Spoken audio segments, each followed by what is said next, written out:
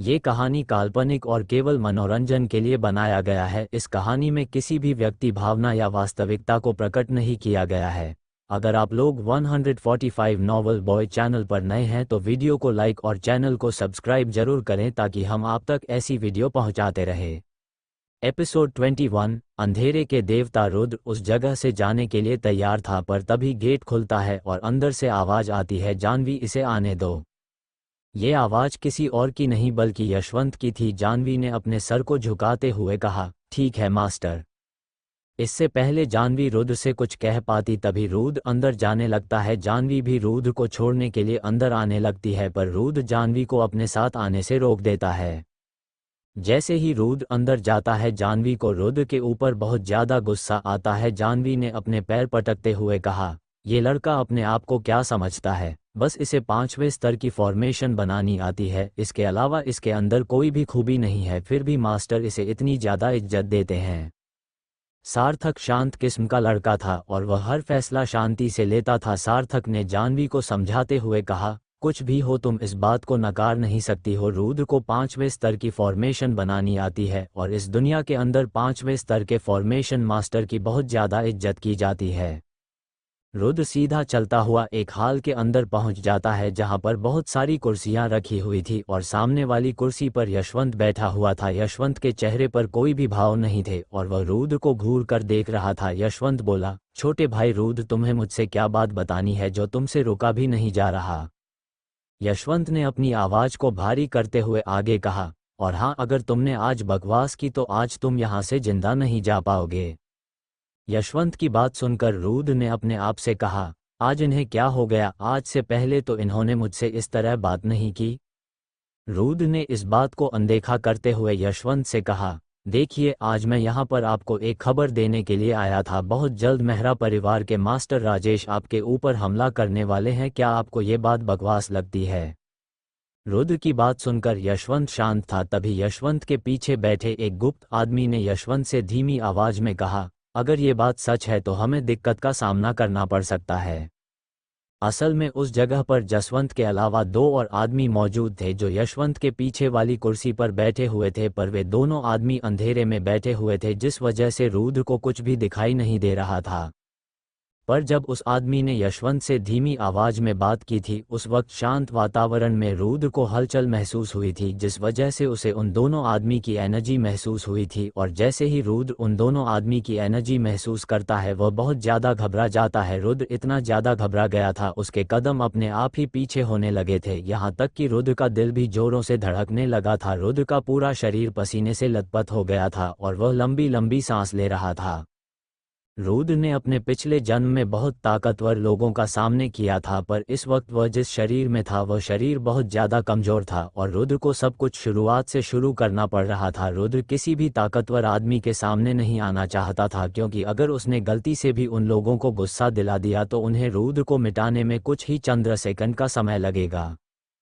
इस वक्त रुद्र ने जिन दोनों आदमी की एनर्जी महसूस की थी उनका प्रेशर बहुत ज़्यादा हाई था। उनके होने का एहसास होते ही रुद्र का दम घुटने लगा था। अपने सालों के अनुभव से रुद्र इतना तो बता सकता था, अभी अभी उसने जिन 2 आदमी की एनर्जी महसूस की है वे लोग बहुत ज़्यादा ताकतवर है, उनके आगे रुद्र की औकात कुछ भी नहीं है। रुद्र अपने आप को संभालता है और सामने देखने लगता है, पर अभी भी रुद्र की हालत खराब थी, उसके सर से लगातार पसीना बह रहा था। तभी एक मसाल जलती है और रुद्र को उन दोनों आदमियों का चेहरा दिखने लगता है। उनमें से एक आदमी का शरीर किसी पहलवान की तरह हट्टा कट्टा था और उसका रंग थोड़ा सांवला था, और दूसरा आदमी थोड़ा पतला था जिसने ढीले कपड़े पहन रखे थे। उसके चेहरे पर झुर्रियां आ गई थी पर वह किसी लकड़ी की तरह सख्त था। वे दोनों ही बूढ़े थे पर रुद्र उनकी उम्र का अंदाजा नहीं लग सकता था। हो सकता था रुद्र के सामने बैठे बूढ़े आदमी की उम्र 400 साल से भी पार हो गई हो। मार्शल आर्ट की दुनिया में जो जितना ज़्यादा ताकतवर होता है उसकी उम्र भी उतनी ही ज़्यादा होती है। उनमें से सांवले आदमी का नाम ओमवीर कौशिक था और दूसरे वाले का नाम गौतम कौशिक था। रुद्र ने अपने आप से कहा, ये दोनों बहुत ज़्यादा खतरनाक है मास्टर। यशवंत भी इनमें से किसी एक के सामने भी नहीं टिक पाएंगे। मुझे नहीं लगा था कौशिक परिवार के अंदर इतने ज़्यादा ताकतवर लोग हैं। मैंने राजसी परिवार को कुछ ज़्यादा ही कम आंक लिया। उन दोनों मास्टर को देखने के बाद रुद्र सबसे पहले उन्हें नमस्कार करता है और उनके बोलने का इंतजार करने लगता है। तभी गौतम कौशिक बोला, क्या तुम ही वो लड़के हो जो 5वें स्तर की फॉर्मेशन बना सकता है और तुम्हें यशवंत हमारे परिवार में लाना चाहता है। अब तक रुद्र ने अपने आप को पूरा शांत कर लिया था और उसकी धड़कन भी नॉर्मल हो गई थी। रुद्र ने पोलाइटली कहा, जी हाँ, मैं वही लड़का हूँ जिसके बारे में आप बात कर रहे हैं, पर मुझे अफसोस के साथ कहना पड़ रहा है, मेरी स्किल आपके सामने कुछ भी नहीं है। नहीं नहीं, ऐसा भी नहीं है। अगर तुम 5वें स्तर की फॉर्मेशन बना सकते हो तो तुम हमारी इज्जत के हकदार हो, और अगर तुम हमारे परिवार में आने के लिए मान जाते हो तो हम तुम्हें और भी ज़्यादा इज्जत देंगे, और इस पूरे महाद्वीप पर कोई भी ऐसे नहीं होगा जो तुम्हें नुकसान पहुंचाने के बारे में सोचेगा। रुद्र को इतनी इज्जत से बात करते हुए देखकर यशवंत बहुत ज़्यादा हैरान था। यशवंत ने अपने आप से कहा, मुझे यकीन नहीं हो रहा है ये लड़का इतनी जल्दी बदल गया। कुछ दिनों पहले तो ये मुझसे पूरी अकड़ के साथ बात करता था और अब इनके सामने ये पूरा बदल गया। तभी ओमवीर ने रुद्र से कहा, मुझे तो यशवंत ने बताया था तुम बहुत ज़्यादा बदतमीज हो और किसी के साथ भी अच्छे से बर्ताव नहीं करते हो, फिर तुम्हें आज क्या हो गया? तुम हमें इतनी इज्जत क्यों दे रहे हो? यशवंत ने भी हाँ में हाँ मिलाते हुए कहा, छोटे भाई रुद्र, मुझे नहीं लगा था तुम बदल भी सकते हो, तुम तो किसी के साथ भी अच्छे से बात नहीं करते थे। जिस पर रुद्र ने कहा, बड़े भाई यशवंत, आप मुझे अच्छे से समझते हो, आपके साथ मैं बहुत बार मिल चुका हूं, इसलिए मैं आपके साथ अपने परिवार की तरह बात करता हूं, क्योंकि मैं जानता हूं अगर मैं आपको कुछ कह भी दूंगा तो आप उसे अनदेखा कर देंगे, पर मैं किसी पागल मास्टर के साथ बदतमीजी से बात करके अपने आप को मुसीबत में नहीं डालना चाहता हूं। रुद्र की बात सुनने के बाद गौतम ने अपने आप से कहा, ये लड़का तो सच में बहुत ज़्यादा चालाक है, इसने हमारी बातों बातों में बेइज्जती भी कर दी। तभी ओमवीर हंसने लगता है। ओमवीर ने हंसते हुए कहा, ये लड़का मुझे पसंद आया। गौतम ने भी रुद्र से कहा, हमें नहीं पता था तुम इतनी अच्छी बातें करते हो, अगर पता होता तो हम खुद तुम्हें गेट तक लेने आते। रुद्र बिल्कुल शांत था और उसके चेहरे पर हल्की मुस्कुराहट थी। इस वक्त रुद्र के अंदर बिल्कुल भी घमंड नहीं दिखाई दे रहा था। उन दोनों मास्टर की बात सुनने के बाद रुद्र ने अपने आप से कहा, ये दोनों बुद्ध अपने आप को कुछ ज़्यादा ही महान समझ रहे हैं, एक बार मेरा काम होने दो, फिर मैं इन्हें बताऊंगा महान कौन है। गौतम ने सीरियस होते हुए रुद्र से पूछा, तुम कह रहे थे बहुत जल्द हमारे ऊपर हमला होने वाला है, तुम्हें ये बात कैसे पता चली? जिस पर रुद्र बोला, 12 या 13 दिन पहले मैंने मास्टर राजेश के ऊपर नज़र रखी थी, वे उस वक्त कुमार परिवार में रुके थे, पर फिर मुझे कुछ काम आ गया जिस वजह से मैं मास्टर राजेश के ऊपर नज़र नहीं रख पाया, पर मुझे इतना पता है बहुत जल्द वे आपके ऊपर हमला करने वाले हैं। रुद्र की बात सुनकर यशवंत को राजेश के ऊपर बहुत ज़्यादा गुस्सा आने लगता है, और गुस्सा भी क्यों ना आए, राजेश की वजह से यशवंत की एक आंख जो गई थी। यशवंत ने अपनी कुर्सी पर हाथ मारते हुए कहा, उन्हें आने दो, वो जितने ज़्यादा आदमी लेकर आएगा उतना ज़्यादा अच्छा रहेगा, मैं किसी को भी नहीं छोड़ूंगा, सब मरेंगे। यशवंत को गुस्से में देखकर गौतम यशवंत को शांत करता है और रुद्र से पूछता है, तुम्हें ये सब जानकारी कैसे पता चली? रुद्र ने तुरंत कहा, मेरे पास खबर पता करने के बहुत सारे तरीके हैं, मैं आपको इस बारे में कुछ भी नहीं बता सकता।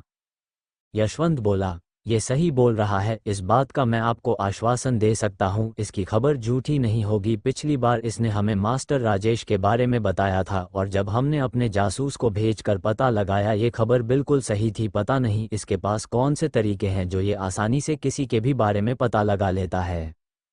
यशवंत की पूरी बात सुनने के बाद गौतम बोला, लड़के, तुमने तो हमें बहुत ज़्यादा हैरान कर दिया है, अब तुम हमें अपने मास्टर के बारे में बताओ, कौन है वो जिसने तुम्हें 5वें स्तर की फॉर्मेशन बनानी सिखाई है? गौतम की बात सुनकर रुद्र के चेहरे पर हल्की मुस्कुराहट आ जाती है। रुद्र ने अपने आप से कहा, मुझे लगा ही था ये मुझे यही सवाल करेगा, अब मुझे किसी मास्टर का नाम इसे बताना ही होगा। इतना सोचने के बाद रुद्र ने गौतम से कहा, मेरे मास्टर को सभी लोग अंधेरे के देवता नाम से जानते हैं।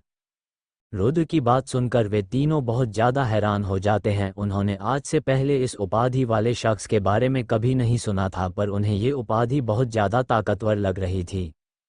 गौतम ने कहा, लगता है तुम्हारे मास्टर बहुत ज़्यादा ताकतवर है, तभी तो उन्होंने तुम्हें इतनी छोटी उम्र में 5वें स्तर की फॉर्मेशन बनानी सिखा दी। उन तीनों को बेवकूफ़ बनते हुए देखकर रुद्र ने अपने आप से कहा, इन्हें तो बेवकूफ़ बनाना बहुत ज़्यादा आसान था, मैंने ऐसे ही कुछ भी कह दिया और इन्होंने मेरी बात पर विश्वास भी कर लिया। रुद्र ने यशवंत से पूछा, बड़े भाई, क्या आप मुझे घाव भरने वाली दवाइयाँ दे सकते हैं? मुझे उनकी ज़रूरत है। रुद्र की बात सुनकर यशवंत ने अपनी स्पेस रिंग में से एक डब्बा निकालता है जो हाथ जितना छोटा था। उस डब्बे को यशवंत ने रुद्र की तरफ लाते हुए कहा, लगता है तुम्हारे परिवार में कोई बहुत ज्यादा घायल है। रुद्र उस डब्बे को पकड़ लेता है और उन तीनों मास्टर को नमस्कार करते हुए कहता है, ठीक है, मैं यहाँ से चलता हूँ। रुद्र की बात सुनकर यशवंत को गुस्सा आ जाता है। यशवंत ने गुस्से में कहा, इसका मतलब तुम यहाँ पर इन दवाइयाँ को लेने के लिए आए थे। आज तो मैं तुम्हें जाने देता हूँ, पर आज के बाद तुमने इतनी छोटी बात के लिए हमारी सभा को खराब किया तो मैं तुम्हें जिंदा नहीं छोड़ूंगा। रुद्र उस जगह से जाने लगता है, पर उसने जाते जाते उन सभी से कहा, बड़े भाई आप इतना गुस्सा मत होइए, चलो मैं आपको एक बढ़िया खबर देता हूँ। मास्टर राजेश आपके ऊपर 3 दिन बाद हमला करेगा, इसलिए अपने सभी लोगों को तैयार कर लो। इतना कहने के बाद रुद्र उस जगह से चला जाता है। अब आगे क्या होगा? क्या रुद्र की खबर पक्की थी?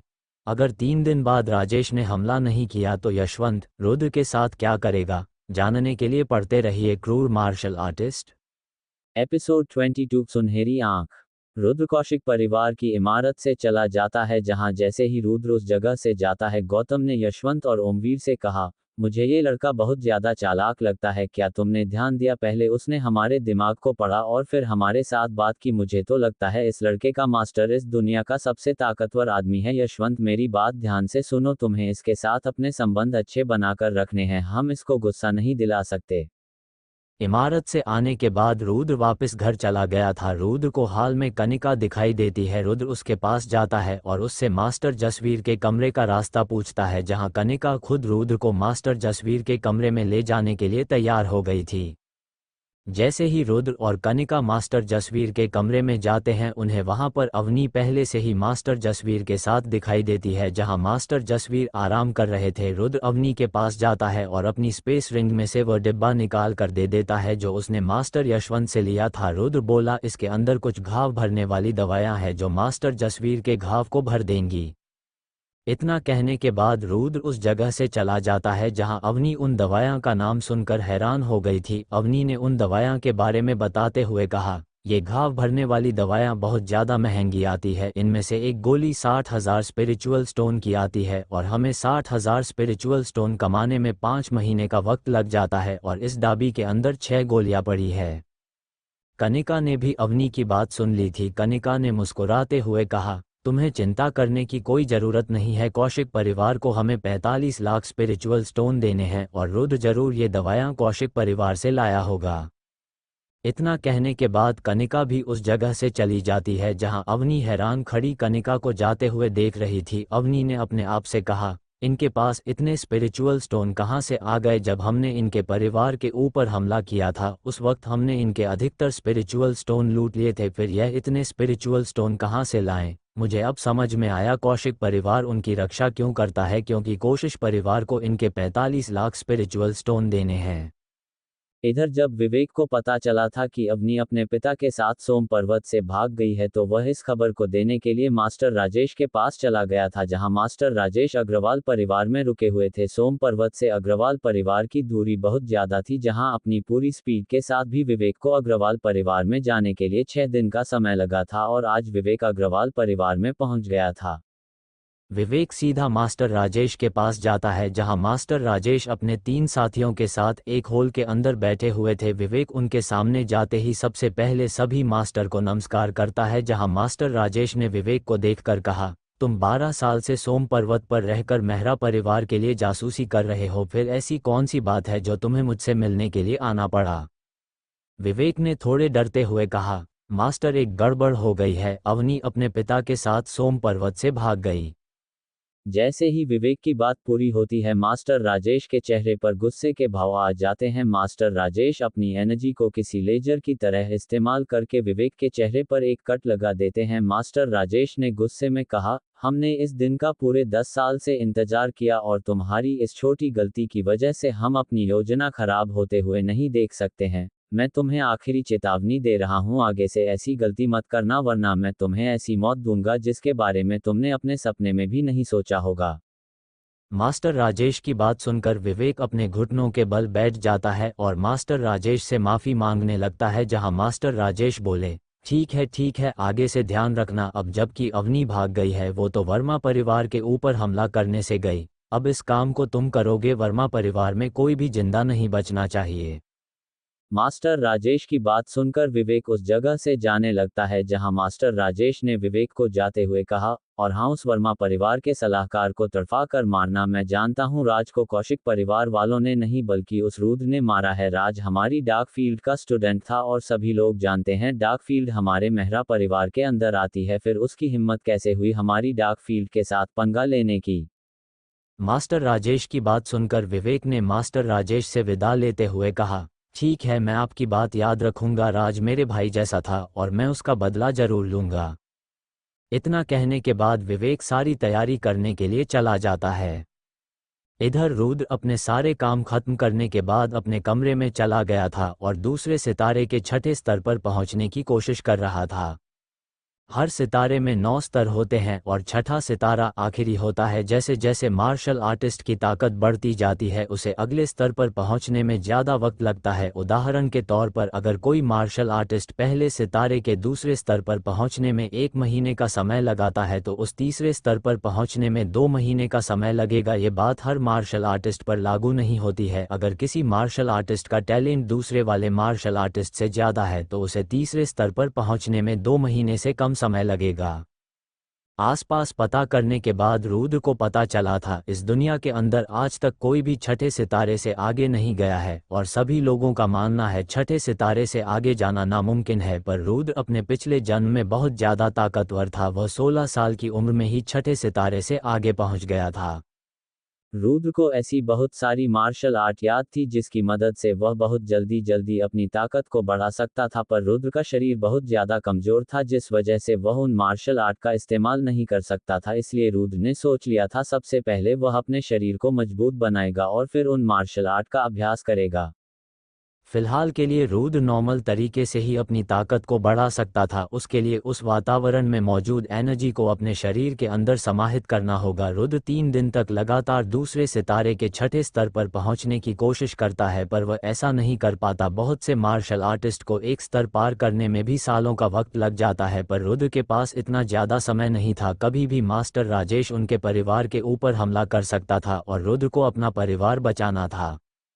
जब 3 दिन बाद भी रुद्र छठे स्तर पर नहीं पहुंच पाता, तो वह ध्यान से उठकर बैठ जाता है। रुद्र ने अपने आप से कहा, मुझे बहुत जल्द दूसरे सितारे के सभी 9 स्तर पार करके तीसरे सितारे पर पहुंचना होगा। वो बुढ़ा कभी भी हमारे ऊपर हमला कर सकता है। रुद्र अपने इविल सोल को बाहर भेजने के बारे में भी सोचता है, क्योंकि रुद्र का इविल सोल किसी के भी शरीर में जाकर उनकी शुद्ध एनर्जी को चुरा सकता था, जिसकी मदद से रुद्र बहुत जल्दी अगले सितारे पर पहुंच सकता था। पर रुद्र ऐसा नहीं करता, क्योंकि बाहर बहुत ताकतवर लोग घूम रहे थे जो रुद्र की इविल सोल को चुटकी बजाकर खत्म कर सकते थे, और रुद्र की जान उसकी इविल सोल के साथ जुड़ी हुई थी। यानी अगर रुद्र के इविल सोल को किसी ने खत्म कर दिया तो रुद्र भी तुरंत मारा जाएगा। इसलिए वह अपने इविल सोल को बाहर नहीं भेज रहा था। अभी रुद्र अपनी ताकत बढ़ाने के बारे में ही सोच रहा था, तभी उसे बाहर से बहुत ज़्यादा एनर्जी महसूस होती है, जैसे कि कोई लड़ने के लिए तैयार हो रहा हो। उस एनर्जी को महसूस करके रुद्र घर से बाहर जाता है, जहां उसे यशवंत दिखाई देता है जो उससे 10 मीटर ऊपर हवा में उड़ रहा था। इस वक्त यशवंत को देखने से ऐसा लग रहा था जैसे कि वह आसमान में नहीं उड़ रहा हो बल्कि जमीन पर खड़ा हो। यशवंत के सामने राजेश भी हवा में उड़ रहा था और उसके चेहरे पर शैतानी हंसी थी। यशवंत गुस्से में बोला, आखिरकार तू यहाँ पर लड़ने के लिए आ ही गया। मुझे तो यहाँ पर आना ही था। तेरे स्टूडेंट ने मेरे स्टूडेंट को जो मारा था, इसलिए आज मैं यहाँ पर इंसाफ करने के लिए आया हूँ। राजेश को देखने से बिल्कुल भी नहीं लग रहा था कि वह अपने स्टूडेंट का बदला लेने के लिए आया हो। सभी लोग जानते थे राजेश कितना ज़्यादा कमीना है, उसे एक स्टूडेंट की मौत से कोई फर्क नहीं पड़ेगा। राजेश की बात सुनकर यशवंत ने गुस्से में कहा, तू किस इंसाफ की बात कर रहा है? क्या तू भूल गया जब तूने आयरन सिटी में मेरे लिए जाल बिछाया था और मेरी सुनहरी आंख चुरा ली थी? जैसे ही रुद्र सुनहरी आंख के बारे में सुनता है, वो थोड़ा हैरान हो जाता है। रुद्र ने अपने आप से कहा, मैंने इस आंख के बारे में सुना है। यह आंख किसी शैतानी सम्राट की है। वह सम्राट सभी शैतानी मार्शल आर्टिस्ट में सबसे ज़्यादा ताकतवर था। कहा जाता है अगर वह एक बार किसी को घूर कर भी देख लेता था तो वह तुरंत मारा जाता था। मुझे नहीं लगा था इस तरह की चीज़ भी इस ज़मीन पर होगी। अगर यह बात सच है तो मुझे वह सुनहरी आंख चाहिए। जब कोई आदमी मार्शल आर्ट की दुनिया में कदम रखता है तो उसे शैतानी मार्शल आर्ट और सामान्य मार्शल आर्ट में से किसी एक का चयन करना पड़ता है। सामान्य मार्शल आर्ट में सभी लोग अपनी ताकत को सामान्य तरीके से बढ़ाते हैं, पर जो कोई भी शैतानी मार्शल आर्ट का अभ्यास करता है वह अपनी ताकत को बढ़ाने के लिए किसी भी हद तक जा सकता है, चाहे उसके लिए उसे कितना भी निर्दय क्यों ना बनना पड़े। शैतानी मार्शल आर्टिस्ट कभी किसी के प्यार में नहीं पड़ते, उनका सिर्फ एक ही मकसद होता है, अपनी ताकत को बढ़ाना। रुद्र भी अपने पिछले जन्म में शैतानी मार्शल आर्टिस्ट था और उसने अपनी ताकत बढ़ाने के लिए क्रूर से क्रूर तरीके को अपनाया था, और रुद्र के शरीर में आने के बाद भी रुद्र शैतानी मार्शल आर्ट का ही अभ्यास कर रहा था। अब आगे क्या होगा? क्या यशवंत सच में अपने दोनों साथियों के साथ मिलकर राजेश को मार डालेगा, या फिर राजेश उन तीनों से बचकर भाग जाएगा? और क्या यशवंत जिस सुनहरी आंख के बारे में बात कर रहा था वह रुद्र को मिल पाएगी? जानने के लिए पढ़ते रहिए क्रूर मार्शल आर्टिस्ट। एपिसोड 23 शैतानी चील। वैसे तो रुद्र को बिल्कुल भी विश्वास नहीं था कि उसे वह सुनहरी आंख देखने को भी मिल पाएगी, पर अगर गलती से भी रुद्र को उस सुनहरी आंख के बारे में पता चल जाता है तो उसने पूरा मन बना लिया था कि वह उस सुनहरी आंख को अपने लिए हासिल करके रहेगा। बाहर से इतनी ज़्यादा ताकतवर एनर्जी महसूस करके कनिका और आगत भी बाहर आ गए थे, जिन्हें देखकर रुद्र ने उन दोनों से तुरंत कहा, तुम दोनों यहाँ पर क्या कर रहे हो? बाहर बहुत ज़्यादा खतरा है, वापस अंदर चले जाओ। कोई भी साधारण आदमी बाहर खड़ा होकर उन दोनों की लड़ाई नहीं देख सकता था। अगर गलती से भी उनमें से किसी एक का अटैक कनिका या आगत को लग गया तो उन दोनों का बचना नामुमकिन हो जाएगा, इसलिए रुद्र जितना जल्दी हो सके उन्हें घर वापस भेज देता है। अगर देखा जाए ये बात बिल्कुल सही भी थी। कनिका और आगत पहले सितारे के छठे स्तर पर थे, जहां राजेश और यशवंत राजसी परिवार के श्रेष्ठ थे, और राजसी परिवार का श्रेष्ठ होना कोई छोटी बात नहीं थी। राजसी परिवार का नौकर भी बहुत ज़्यादा ताकतवर होता है, और वे दोनों तो श्रेष्ठ थे जिनकी पोजीशन मुखिया के बाद बहुत ज़्यादा हाई होती है। फिर कनिका और आगत जो अभी तक दूसरे सितारे पर भी नहीं पहुँचे थे, वे दोनों कैसे उन दोनों के हमले से बच सकते हैं? रुद्र की बात सुनकर वे दोनों घर वापस चले गए थे, जहां उन दोनों को घर जाता हुआ देखकर रुद्र बेफिक्र हो गया था। अगर गलती से भी उन दोनों का अटैक वर्मा परिवार के घर पर लगता है तो रुद्र ने कुछ दिनों पहले जो तीसरे स्तर की फॉर्मेशन बनाई थी वह वर्मा परिवार के घर को बचा लेगी। यशवंत और राजेश हवा में उड़ रहे थे और एक दूसरे को घूर कर देख रहे थे। यशवंत बोला, मैं तुझे बिल्कुल भी नहीं छोड़ूंगा, तूने मेरी सुनहरी आंख को धोखे से चुराया है और आज उसका बदला मैं तुझे मार कर लूंगा। यशवंत की बात सुनकर राजेश जोर जोर से हंसने लगता है। उसे यशवंत की बात से बिल्कुल भी फर्क नहीं पड़ रहा था, वह तो यशवंत को देखकर सीरियस भी नहीं था। राजेश ने हंसते हुए जवाब दिया, तू बहुत ज्यादा कमजोर था जिस वजह से तूने अपनी सुनहरी आंख को गंवा दिया, और क्या तू मुझे बार बार मारने की बात कर रहा है? जब तेरे पास सुनहरी आंख थी उस वक्त तू बहुत ज्यादा ताकतवर था, पर अब तू मेरे सामने कुछ भी नहीं, मैं तुझे बड़ी आसानी से मार सकता हूँ।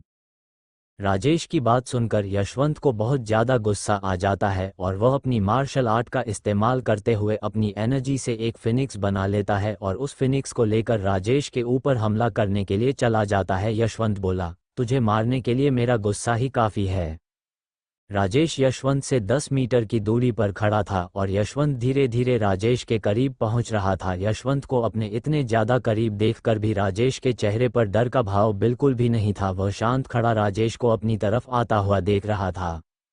जैसे ही यशवंत 5 मीटर की दूरी पर रह जाता है, राजेश अपनी मार्शल आर्ट का इस्तेमाल करते हुए अपनी एनर्जी से बहुत सारी जंजीर बना लेता है और जंजीर से उस फिनिक्स को बांध लेता है।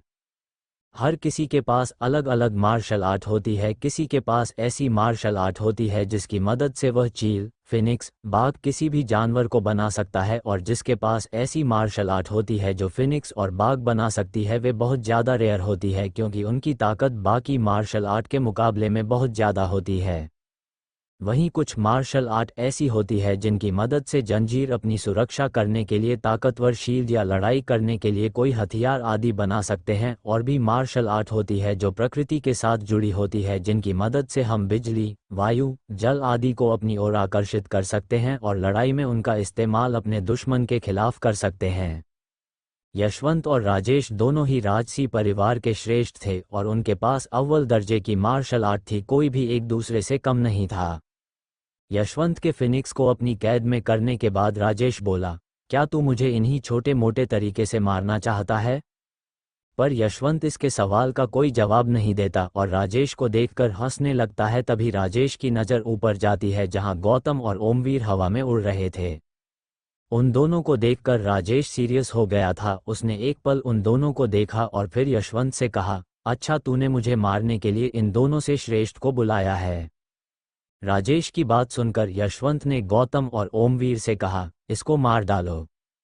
पर तभी गौतम ने चिल्लाते हुए यशवंत से तुरंत कहा, यशवंत अपने पीछे देखो।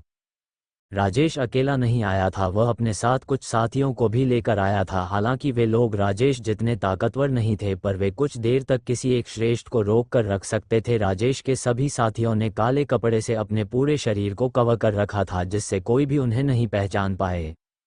गौतम की बात सुनकर यशवंत भी तुरंत सतर्क हो गया था और स्पेस रिंग में से अपनी तलवार को बाहर निकाल लिया था। यशवंत ने उस तलवार के अंदर अपनी एनर्जी को फॉलो करते हुए कहा, इन लोगों के लिए मैं अकेला ही काफ़ी हूं, आप उस कमीने को मारने पर ध्यान दीजिए। राजेश के साथ जो साथी आए थे वह लोग यशवंत के हाथ में उस तलवार को देखकर बहुत ज़्यादा हैरान हो गए थे। उनमें से एक ने हैरानी में कहा, इसके पास तो तीसरे स्तर की तलवार है, हमें नहीं लगा था इसके पास ऐसा कोई हथियार होगा। अधिकतर लोगों के पास पहले या दूसरे स्तर की तलवार होती है और दूसरे स्तर की तलवार भी खरीदने में बहुत ज़्यादा स्पिरिचुअल स्टोन लग जाते हैं। अगर किसी के पास तीसरे स्तर की तलवार होती है तो उसकी ताकत पहले से कहीं गुना बढ़ जाती है। उस तलवार का इस्तेमाल करके वह अपने से ज़्यादा ताकतवर लोगों को भी आसानी से मार सकता है, इसलिए वे लोग इतने ज़्यादा हैरान हो गए थे। यशवंत को लड़ते हुए देखकर गौतम राजेश के ऊपर हमला करने के लिए तेजी से उसकी ओर बढ़ने लगा था और वह कुछ ही सेकंड के अंदर उसके बहुत ज़्यादा करीब पहुंच गया था। तभी राजेश अपनी सीक्रेट मार्शल आर्ट का इस्तेमाल करता है, जिसकी वजह से उसकी एनर्जी उसके आसपास तेजी से फैलने लगी थी। इस वक्त राजेश अपनी डार्क लाल एनर्जी में पूरी तरह कवर हो गया था और गलती से गौतम भी राजेश की एनर्जी में आ गया था।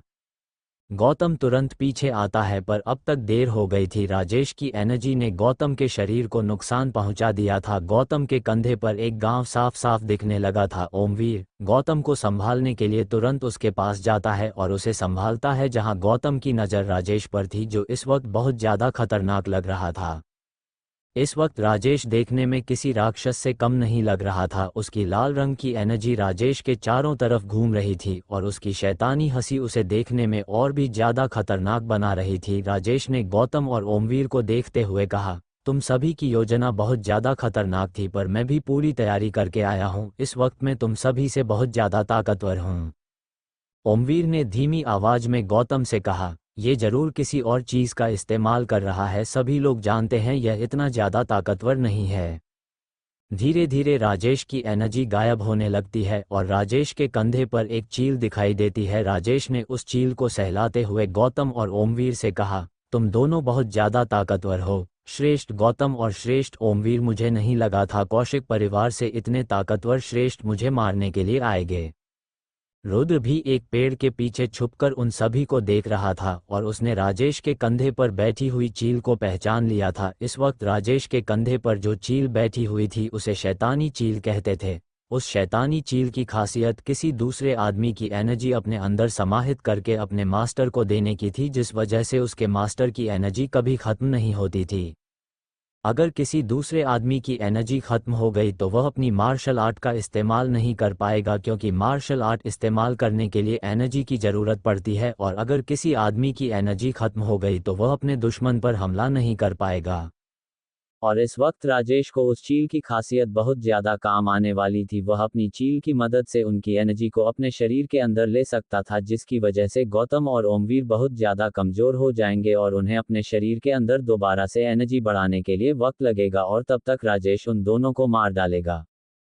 अगर किसी मार्शल आर्टिस्ट के शरीर से उसकी एनर्जी खत्म हो जाती है तो वह कुछ घंटे ध्यान लगाकर वातावरण में मौजूद एनर्जी को अपने शरीर में दोबारा से स्टोर कर सकता था। किसी मार्शल आर्टिस्ट के लिए उसकी एनर्जी बैटरी का काम करती है और जब बैटरी खत्म हो जाती है उसे रिस्टोर करने के लिए मार्शल आर्टिस्ट को कुछ घंटे ध्यान लगाना पड़ता है, और जब बैटरी फुल हो जाती है वे दोबारा से अपने दुश्मनों के साथ लड़ सकते हैं। उस चील को देखकर रुद्र के चेहरे पर शैतानी हंसी आ जाती है। रुद्र ने उस चील को लालच भरी नज़रों से देखते हुए अपने आप से कहा, मुझे ये चील चाहिए। इस बुड्ढे को इस शैतानी चील की सभी खासियत के बारे में नहीं पता, इस चील की सभी खासियत को मेरे जैसा सम्राट ही इस्तेमाल कर सकता है। तभी रुद्र की नज़र उस चील की आंख पर जाती है जिसे देखकर वह बहुत ज़्यादा हैरान हो जाता है। अब आगे क्या होगा? क्या गौतम और ओमवीर राजेश को मार पाएंगे? और रुद्र ने उस शैतानी चील की आंखों में ऐसा क्या देख लिया था जिस वजह से वह बहुत ज़्यादा हैरान हो गया था? जानने के लिए पढ़ते रहिए क्रूर मार्शल आर्टिस्ट। एपिसोड 24 बाजी पलटना। उस चील की आंखों में देखकर रुद्र हैरान हो गया था। उसे अपनी आंखों पर बिल्कुल भी विश्वास नहीं हो रहा था। रुद्र ने अपने आप से कहा, हाँ यह वही सुनहरी आंखें हैं। इसका मतलब मास्टर राजेश ने उस सुनहरी आंख को चील की एक आंख से बदल दिया। रुद्र पेड़ के पीछे छुपकर सब कुछ देख रहा था और उसे उस शैतानी चील की एक आंख बिल्कुल सुनहरी दिखाई दे रही थी। उस सुनहरी आंख को अपने सामने देखने के बाद रुद्र ने ठान लिया था कि अब उसे वह सुनहरी आंख चाहिए। पर रुद्र ऐसे ही सभी के सामने उस सुनहरी आंख को लेने के लिए नहीं जा सकता था। अगर गलती से भी उन सभी में से किसी एक ने रुद्र के ऊपर हमला कर दिया तो रुद्र बहुत ज़्यादा घायल हो जाएगा। यशवंत ने भी उस चील की आंख में अपनी सुनहरी आंख को देख लिया था और यशवंत भी उस चील की आंखों में अपनी सुनहरी आंखें देखकर बहुत ज़्यादा हैरान था। यशवंत बोला, ये कैसे हो सकता है? ऐसा होना नामुमकिन है। तूने तो उस दिन इस आंख को पूरी तरह खत्म कर दिया था। यशवंत की बात सुनकर राजेश जोर जोर से हंसने लगा था। राजेश ने हंसते हुए जवाब दिया, तुझे क्या लगता है मैंने उस दिन इस आंख को ख़त्म कर दिया था? पर मैंने ऐसा नहीं किया था। मैं इतनी कीमती खजाने को ख़त्म कैसे कर सकता हूँ? मैंने इस आंख को अपनी चील को दे दिया था। राजेश की बात सुनकर यशवंत गुस्से में बोला, मैं तुझे आज बिल्कुल भी नहीं छोड़ूंगा, तेरा मरना तय है। राजेश ने तुरंत जवाब दिया, अगर तुम सभी मुझे मारना चाहते हो इससे पहले तुम्हें इस चील को मारना होगा। और यशवंत तुझे तो इस सुनहरी आंख के बारे में अच्छे से पता होगा, तूने इस आंख का इस्तेमाल जो किया है।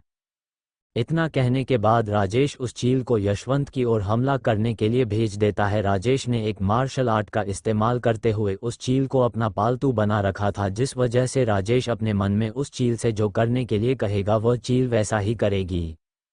यशवंत के करीब जाते हुए उस चील ने अपने चारों तरफ लाल रंग का ओरा बाहर निकाल लिया था और बेशक ये ओरा राजेश का था।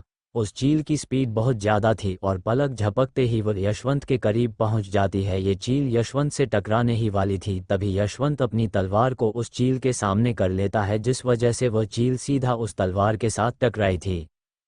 तलवार के साथ टकराने की वजह से उस जगह पर धुआं धुआं हो गया था और यशवंत पीछे धकेला गया था। अगर यशवंत अपनी तलवार को आगे नहीं करता तो आज उसका मारना बिल्कुल तय था, क्योंकि उस चील की स्पीड इतनी ज़्यादा थी। अगर यशवंत अपनी तलवार को सामने नहीं करता तो वह चील यशवंत के शरीर से आर पार हो जाती। ये सब इतनी जल्दी हुआ था, ओमवीर और गौतम को कुछ समझने का भी वक्त नहीं मिला था। और जैसे ही ओमवीर और गौतम को समझ में आता है कि यहाँ पर क्या हो रहा है, वे दोनों तेजी से राजेश की ओर हमला करने के लिए चले जाते हैं, क्योंकि अगर उन्होंने राजेश को मार दिया तो उसकी शैतानी चील कुछ नहीं कर पाएगी। पर जैसे ही राजेश को उन दोनों की भनक लगती है, वह अपने हाथ का इशारा करता है। राजेश को अपने हाथ से इशारा करते हुए देखकर गौतम ने अपने मन ही मन में कहा, अब उस चील को बुलाने से कुछ फ़ायदा नहीं होगा, जब तक वह चील तुम्हारे पास पहुँचे हम तुम्हें मार डालेंगे। गौतम ने अपने हाथ को राजेश की गर्दन उड़ाने के लिए तैयारी ही कर लिया था, तभी वह शैतानी चील गौतम और ओमवीर की ओर अपनी सुनहरी आंख से लेजर अटैक करती है। गौतम और ओमवीर ने भी उस अटैक को देख लिया था, जिस पर रिएक्ट करते हुए वे दोनों राजेश से दूर जाते हैं, क्योंकि उन्हें भी पता था अगर यह हमला उन्हें लग गया तो उनके शरीर से पार हो जाएगा। कुछ ही सेकंड के अंदर बाजी पलटती हुई दिखाई दे रही थी। जहां कुछ समय पहले गौतम, ओमवीर और यशवंत राजेश पर भारी पड़ रहे थे, वही अब उस शैतानी चील की वजह से राजेश उन तीनों पर भारी पड़ रहा था। रुद्र को भी समझने में ज़्यादा वक्त नहीं लगा था कि वे तीनों उस शैतानी चील के सामने नहीं टिक पाएंगे, और यह एहसास होते ही रुद्र के चेहरे पर चिंता के भाव आ जाते हैं। रुद्र ने अपने आप से कहा, मुझे कुछ करना होगा, ये तीनों उस चील के सामने नहीं टिक पाएंगे। इस चीज़ का एहसास होते ही रुद्र मास्टर राजेश को हारने के बारे में सोचने लगता है। रुद्र को उन तीनों मास्टर की बिल्कुल भी परवाह नहीं थी। वो उन तीनों मास्टर को इसलिए बचाना चाहता था क्योंकि उनकी वजह से वर्मा परिवार बचा हुआ था। अगर एक बार वे तीनों मारे गए तो मास्टर राजेश वर्मा परिवार को भी नहीं छोड़ेगा। कुछ सेकंड इसी बारे में सोचने के बाद रुद्र अपने इविल सोल को बाहर निकाल लेता है, और ऐसा करते ही रुद्र के साइड उड़ता हुआ लाल रंग का बच्चा आ जाता है। रुद्र ने अपने इविल सोल को चुपके से मास्टर राजेश की ओर भेजते हुए कहा, मुझे उन तीनों मास्टर को बचाने के लिए अपनी जान की बाजी लगानी होगा, वरना वम परिवार नहीं बचेगा। बस मैं दुआ कर सकता हूँ मास्टर राजेश मेरे इविल सोल को नहीं पकड़ पाए। अगर एक बार उसने मेरे इविल सोल को खत्म कर दिया तो मैं भी मारा जाऊंगा। रुद्र ने अपने इविल सोल को मास्टर राजेश के शरीर में भेजने के लिए अपनी जान की बाजी लगा दी थी। ताकतवर मार्शल आर्टिस्ट रुद्र के इविल सोल का दूर से ही पता लगा सकते थे, पर इस वक्त मास्टर राजेश का पूरा ध्यान गौतम, ओमवीर और यशवंत पर था। अगर मास्टर राजेश थोड़े भी सतर्क रहे तो वे रुद्र के इविल सोल का पता लगा लेंगे। इस वक्त मास्टर राजेश रुद्र से 10 मीटर की दूरी पर उड़ रहे थे और रुद्र अपने इविल सोल को मास्टर राजेश की नज़रों से बचाता हुआ उनके पीछे लेकर जा रहा था। इधर यशवंत उस शैतानी चील के हमले से बार बार बच गया था और वह ज़्यादा घायल नहीं हुआ था। जहां वह शैतानी चीज़ दोबारा से राजेश के कंधे पर आकर बैठ गई थी, राजेश ने उस चील के सर को अपने हाथ से सहलाते हुए कहा, ये चील तो बहुत ज़्यादा ताकतवर है, अब मैं इसकी मदद से इन तीनों श्रेष्ठ के साथ लड़ सकता हूँ। गौतम, ओमवीर और यशवंत एक साथ इकट्ठा हो जाते हैं और राजेश को घूरने लगते हैं। यशवंत ने राजेश के 3 साथियों में से एक साथी को मार दिया था, जहां बचे हुए 2 साथी राजेश के साथ खड़े हो गए थे। इस वक्त गौतम, ओमवीर और यशवंत तीनों के चेहरे पर गुस्सा अलग ही देखा जा सकता था। उनकी भौहें गुस्से की वजह से चढ़ गई थी और वे तीनों किसी भी तरह राजेश को मारना चाहते थे। गौतम ने गुस्से में कहा, यह मत भूल तू भी हमारे जितना ताकतवर है और इस वक्त हम 3 हैं और तू अकेला। इतना कहने के बाद गौतम, ओमवीर और यशवंत को पीछे हटने के लिए कहता है, क्योंकि वह अपनी सबसे ताकतवर मार्शल आर्ट का इस्तेमाल करने वाला था। गौतम अपने दोनों हाथों को जोड़ लेता है और अपनी एनर्जी रिलीज करने लगता है। जहां गौतम की एनर्जी उसके पीछे एक बड़े से शेर को बनाती है। वह शेर गौतम के 4 गुना बड़ा था। जैसे ही गौतम का हमला पूरा होता है, वह उस शेर को राजेश की ओर हमला करने के लिए भेज देता है, जहां वह शेर भी हवा में दौड़ता हुआ तेजी से राजेश की ओर जाने लगता है। उस शेर को अपनी तरफ आता हुआ देखकर भी राजेश के चेहरे पर बिल्कुल भी डर के भाव नहीं थे। राजेश अपने साथियों के साथ मिलकर दोबारा से जंजीर बनाता है, जहां वे सुर्ख लाल जंजीर उस शेर को पूरी तरह जकड़ लेती है। राजेश बोला, मैं ये बात तो भूल ही गया था, तू कौशिक परिवार का सबसे ज़्यादा ताकतवर श्रेष्ठ है, तुझे हराना इतना ज़्यादा आसान नहीं होगा, पर अब मेरे पास ये चील है, इस चील के होते हुए तू मुझे बिल्कुल भी नहीं हरा सकता। राजेश अपनी चील को उस शेर के ऊपर हमला करने के लिए भेजना ही वाला था, तभी पीछे से रुद्र का इविल सोल राजेश के पीछे घुस जाता है और राजेश अपनी जगह पर जम जाता है। उसे कुछ भी समझ में नहीं आ रहा था कि उसके साथ क्या हो गया।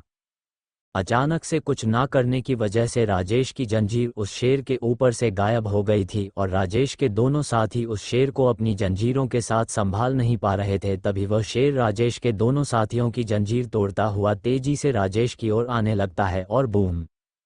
वो शेर राजेश के एक हाथ से टकरा गया था, जिस वजह से राजेश का हाथ कटकर जमीन पर गिर गया था। उसे कुछ भी समझ में नहीं आ रहा था कि उसके साथ क्या हो रहा है। वह अचानक से अपने शरीर को क्यों नहीं हिला पा रहा था। रुद्र भी नीचे से राजेश को देख रहा था। रुद्र ने अपने आप से कहा, इस लड़ाई के अंदर मैं भी आ गया हूं, अब इस बुढ़े का बच पाना नामुमकिन है। ये बुढ़ा उस चील के सहारे कुछ ज्यादा ही फुदक रहा था, मैं भी देखता हूं अब इसे कौन बचाता है। अपनी पूरी ताकत लगाने के बाद अब राजेश अपने शरीर को हिला पा रहा था। रुद्र भी अपने इविल सल के जरिए ज़्यादा देर तक राजेश को नहीं रोक सकता था, इसलिए उसने अपने इविल सोल को वापस बुला लिया था। अगर रुद्र का इविल सोल कुछ सेकंड और राजेश के शरीर में रहता तो राजेश को पता चल जाता उसके शरीर के अंदर कोई चीज़ है जो उसे शक्तिहीन बना रही थी। रुद्र दूसरे सितारे के 5वें स्तर पर था और जब रुद्र 9वें स्तर को पार कर लेगा तब वह तीसरे सितारे पर पहुंचेगे। रुद्र अपने इविल सोल के जरिए दूसरे सितारे के 9वें स्तर वाले मार्शल आर्टिस्ट को ही मार सकता था। अगर वह इससे ज़्यादा ताकतवर मार्शल आर्टिस्ट को मारना चाहेगा तो वह ऐसा नहीं कर पाएगा। अगर राजेश का पूरा ध्यान गौतम, ओमवीर और यशवंत पर नहीं होता तो रुद्र कभी भी राजेश के अंदर अपने इविल सोल को नहीं भेज पाता। राजेश बहुत ज़्यादा हैरान था और वह अपने दूसरे हाथ से घाव पर हाथ रखकर खून रोकने की कोशिश कर रहा था। राजेश के चेहरे पर हैरानी, घबराहट, गुस्से के एक साथ भाव देखे जा सकते थे। एक ही पल के अंदर उसने जीती हुई बाजी हार ली थी। राजेश ने अपने आप से कहा, जरूर कौशिक परिवार के पास कोई शैतानी मार्शल आर्टिस्ट है जिसने मेरे ऊपर छुप कर हमला किया है। ऐसा सिर्फ शैतानी मार्शल आर्टिस्ट ही कर सकते हैं। वह शैतानी मार्शल आर्टिस्ट जरूर बहुत ज़्यादा ताकतवर होगा, मैं उसका सामना नहीं कर सकता। इतना सोचने के बाद राजेश ने तुरंत अपने दोनों साथियों से कहा, जल्दी यहाँ से चलो, हमें यहाँ से भगाना होगा। इतना कहने के बाद राजेश अपने दोनों साथियों के साथ तेजी से भागने लगता है। जहां राजेश को अपने साथियों के साथ भागता हुआ देखकर गौतम, ओमवीर और यशवंत उनका पीछा करने लगते हैं। रुद्र के चेहरे पर राजेश को भागता हुआ देखकर शैतानी हंसी आ जाती है। रुद्र ने अपने आप से कहा, मैं इससे ज़्यादा कुछ नहीं कर सकता हूँ। अब वे तीनों मास्टर उसे संभाल लेंगे, पर उस चील के अंदर जो सुनहरी आँख थी, मुझे वह चाहिए। उसे आँख को एक सम्राट के पास होना चाहिए। इस दुनिया के अंदर ऐसी बहुत ही काम चीज़ है जिसे मैं पाना चाहता हूँ, और वह आँख भी उन्हीं में से एक है। पर मुझे पहले अपने परिवार के पास जाना होगा। विवेक कभी भी मेरे परिवार के ऊपर हमला करने के लिए आता होगा। अब आगे क्या होगा? क्या वे तीनों मास्टर राजेश को मार पाएंगे? और क्या रुद्र उस सुनहरी आंख को ले पाएगा? जानने के लिए पढ़ते रहिए क्रूर martial artist. Episode 25। Master Mahesh Kaushik परिवार की ब्रांच काफ़ी बड़ी थी और वह काफ़ी एकड़ में फैली हुई थी। जहां रुद्र का वर्मा परिवार भी कौशिक परिवार में ही रहता था। रुद्र ने अपने इविल सोल का इस्तेमाल करके राजेश का एक हाथ कटवा दिया था, जिस वजह से राजेश घायल हो गया था। रुद्र यह बात भी जानता था वह घायल होने के कारण उस चील का अच्छे से इस्तेमाल नहीं कर पाएगा, इसलिए राजेश ने उस जगह से भागना ही सही समझा। जहां कौशिक परिवार के तीनों श्रेष्ठ राजेश का पीछा करने लगे थे, रुद्र भी राजेश का पीछा करना चाहता था, पर उसे वर्मा परिवार की रक्षा करने के लिए वापस जाना पड़ा। जैसे ही रुद्रा अंदर जाता है, उसे एक घर के पीछे से लड़ने की आवाज़ आती है। उस जगह पर जाने के बाद रुद्र को जानवी और सार्थक दिखाई देते हैं, जो सोम पर्वत के लुटेरों को मार रहे थे। उस जगह पर 150 से भी ज़्यादा लुटेरे मौजूद थे, जिनका सामना जानवी और सार्थक 50 से भी ज़्यादा सिपाही के साथ कर रहे थे। जानवी और सार्थक ने मिलकर सभी लुटेरों को घेर लिया था, जिस वजह से कोई भी लुटेरा भाग नहीं सकता था।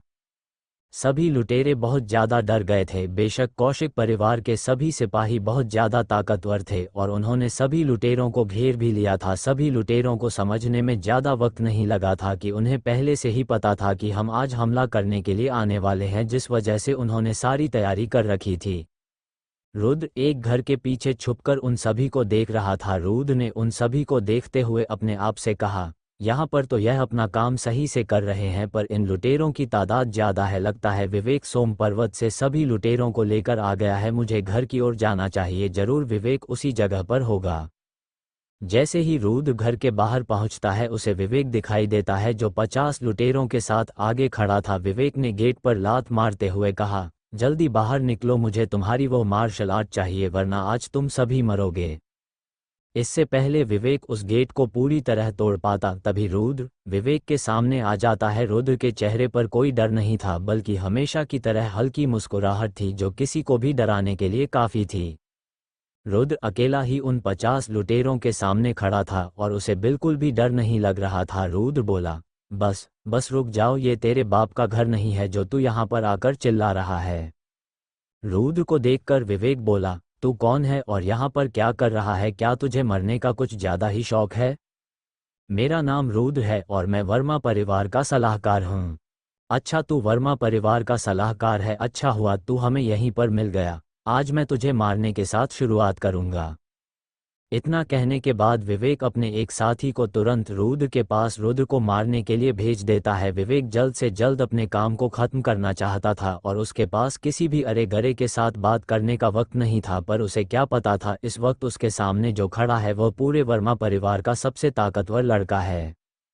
जैसे ही वह आदमी रुद्र के पास पहुंचता है, रुद्र अपने हाथ को ऊपर उठाते हुए तेजी से उसके सर को जमीन में दे मारता है। सब कुछ इतनी जल्दी हुआ था, उस आदमी को हमला करने का मौका भी नहीं मिला था और उसकी उसी जगह पर मौत हो गई थी। अभी विवेक इसी बारे में सोच रहा था कि उसे वर्मा परिवार से वह मार्शल आर्ट कैसे लेनी है, तभी उसे अपना मरा हुआ आदमी दिखाई देता है, जिसे देखकर वह हैरान और घबरा गया था। रुद्र के चारों तरफ सुर्ख लाल एनर्जी थी, जो अंधेरे में थोड़ी थोड़ी काली भी दिखाई दे रही थी। विवेक रुद्रा की एनर्जी और उसके बर्ताव को देखकर ही समझ गया था कि रुद्र शैतानी मार्शल आर्टिस्ट है। शैतानी मार्शल आर्टिस्ट ही ऐसे होते हैं जो किसी को मारने से पहले बिल्कुल भी नहीं हिचकिचाते।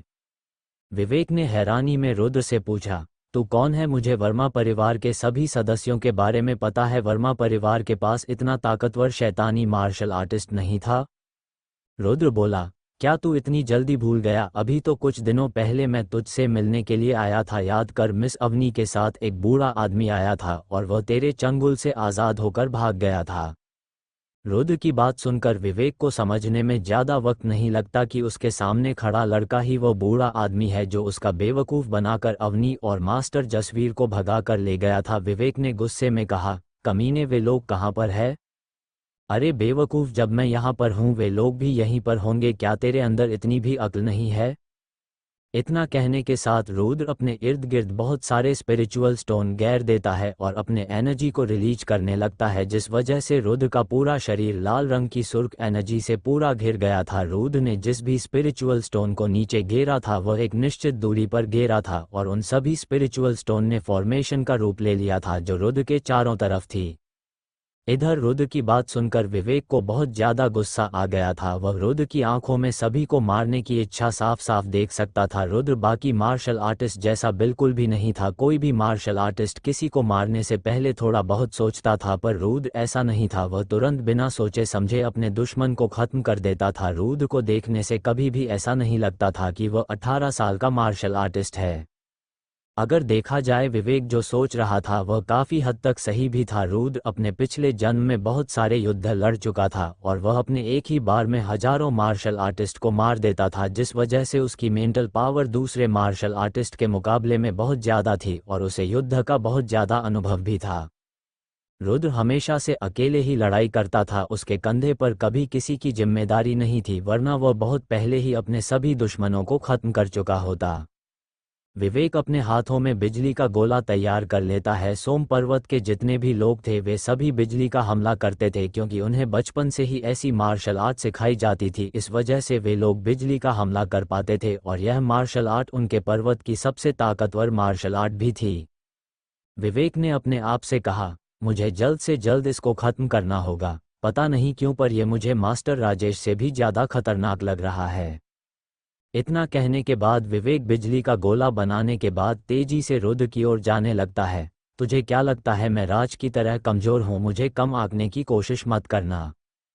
विवेक का हमला रुद्र को लगने ही वाला था, तभी रुद्र के चारों तरफ नीले रंग की हल्की सी परत बन जाती है और विवेक का हमला उस परत पर जाकर लगता है। रुद्र उसे नीले रंग की अपारदर्शी परत के अंदर था, जहां जैसे ही विवेक का हमला उस परत पर लगता है वह पीछे धकेला जाता है। उसे ऐसा लग रहा था कि उसने ये हमला रुद्र पर नहीं बल्कि किसी दीवार पर किया हो। पीछे आने के बाद विवेक ने घबराहट और गुस्से में कहा, कमीने, तूने अपने चारों तरफ रक्षा फॉर्मेशन लगा ली, पर ये तूने कब किया? मुझे नहीं लगा था तू भी समझदारों वाली बात कर लेता है। हाँ, ये रक्षा फॉर्मेशन है और तूने एक और बात सही कही थी, तू सच में उस डार्क फील्ड वाले राज से बहुत ज़्यादा ताकतवर है, पर तू मेरे सामने कीड़े मकोड़े से कम नहीं है। मैं तुझे जब चाहूँ मसल सकता हूँ। इतना कहने के तुरंत बाद रुद्र अपने एक हाथ को जमीन पर रख देता है और तभी जमीन पर पड़े स्पिरिचुअल स्टोन चमकने लगते हैं और उनके अंदर से एनर्जी निकालकर एक फिनिक्स का रूप ले लेती है जो चील की तरह दिखाई दे रही थी और उसके पंख किसी मोर की तरह बड़े बड़े थे। वह फिनिक्स एनर्जी से बनी हुई थी और उसका रंग नीला था। रुद्र उस फिनिक्स से विवेक के ऊपर हमला करने ही वाला था, तभी उसे पीछे से अवनी की आवाज़ आई जो भागते हुए रुद्र की तरफ आ रही थी। रुको रुको, उसे मत मारना, उस कमीने को मैं अपने हाथों से मारूंगी। पर रुद्र अवनी की बात पर बिल्कुल भी ध्यान नहीं देता है और वह अपने फिनिक्स को विवेक के ऊपर हमला करने के लिए छोड़ देता है। रुद्र ऐसा लड़का नहीं था जो किसी लड़की के कहने पर रुक जाए, पर उसने एक बार ठान लिया कि वह हमला करके रहेगा तो वो किसी पर नहीं रुकेगा। रुद्र का फिनिक्स उड़ता हुआ विवेक से टकराने के लिए जाने लगता है, पर तभी हवा में बहुत सारी जंजीर बनती है और उस फिनिक्स को चारों तरफ से जकड़ लेती है। उन लाल रंग की जंजीरों को देखकर रुद्र के चेहरे पर हल्की मुस्कुराहट आ जाती है। रुद्र ने अपने आप से कहा, मुझे लगा था इस जगह पर भी मेहरा परिवार का कोई आदमी होगा। जिस तरह सोम पर्वत के सभी लोग बिजली के हमले का इस्तेमाल करते हैं और कौशिक परिवार के लोग अपनी एनर्जी से फिनिक्स बनाकर हमला करते हैं, बिल्कुल इसी तरह मेहरा परिवार की खासियत जंजीर बनाकर अपने दुश्मन को जकड़कर उन्हें मारने की है। मेहरा परिवार के अंदर जंजीर वाली मार्शल आर्ट बहुत ज्यादा ताकतवर है जो किसी भी दुश्मन को जकड़ सकती है। रुद्र की नज़र सामने ही थी, तभी एक आदमी कूदता हुआ रुद्र के सामने आ जाता है जो सभी लुटेरों के पीछे छुपा हुआ था। उस आदमी ने शाही पोशाक पहन रखी थी और उसके शरीर पर कवच लगा हुआ था।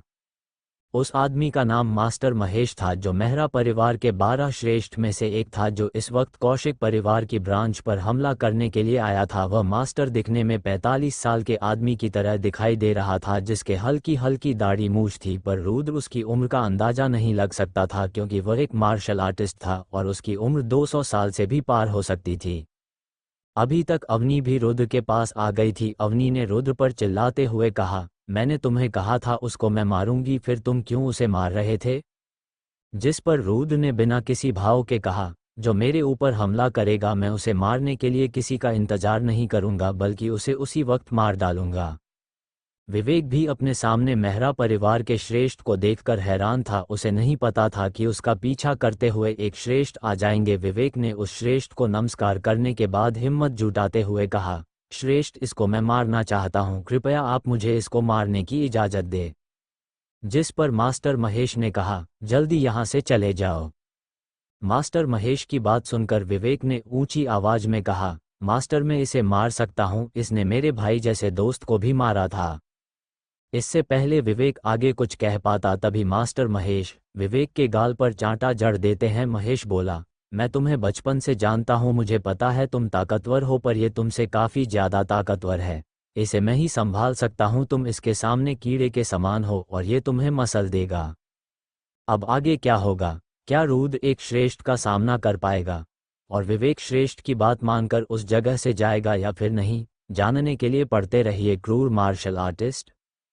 एपिसोड 26। कीड़े के समान। मास्टर महेश से थप्पड़ खाने के बाद विवेक शांत हो गया था, जहां मास्टर महेश ने रुद्र से कहा, लड़के, तुम इतने भी ज्यादा बुरे नहीं हो। अगर तुम हमारे मेहरा परिवार के साथ काम करने के लिए मान जाते हो तो हम तुम्हें छोड़ देंगे।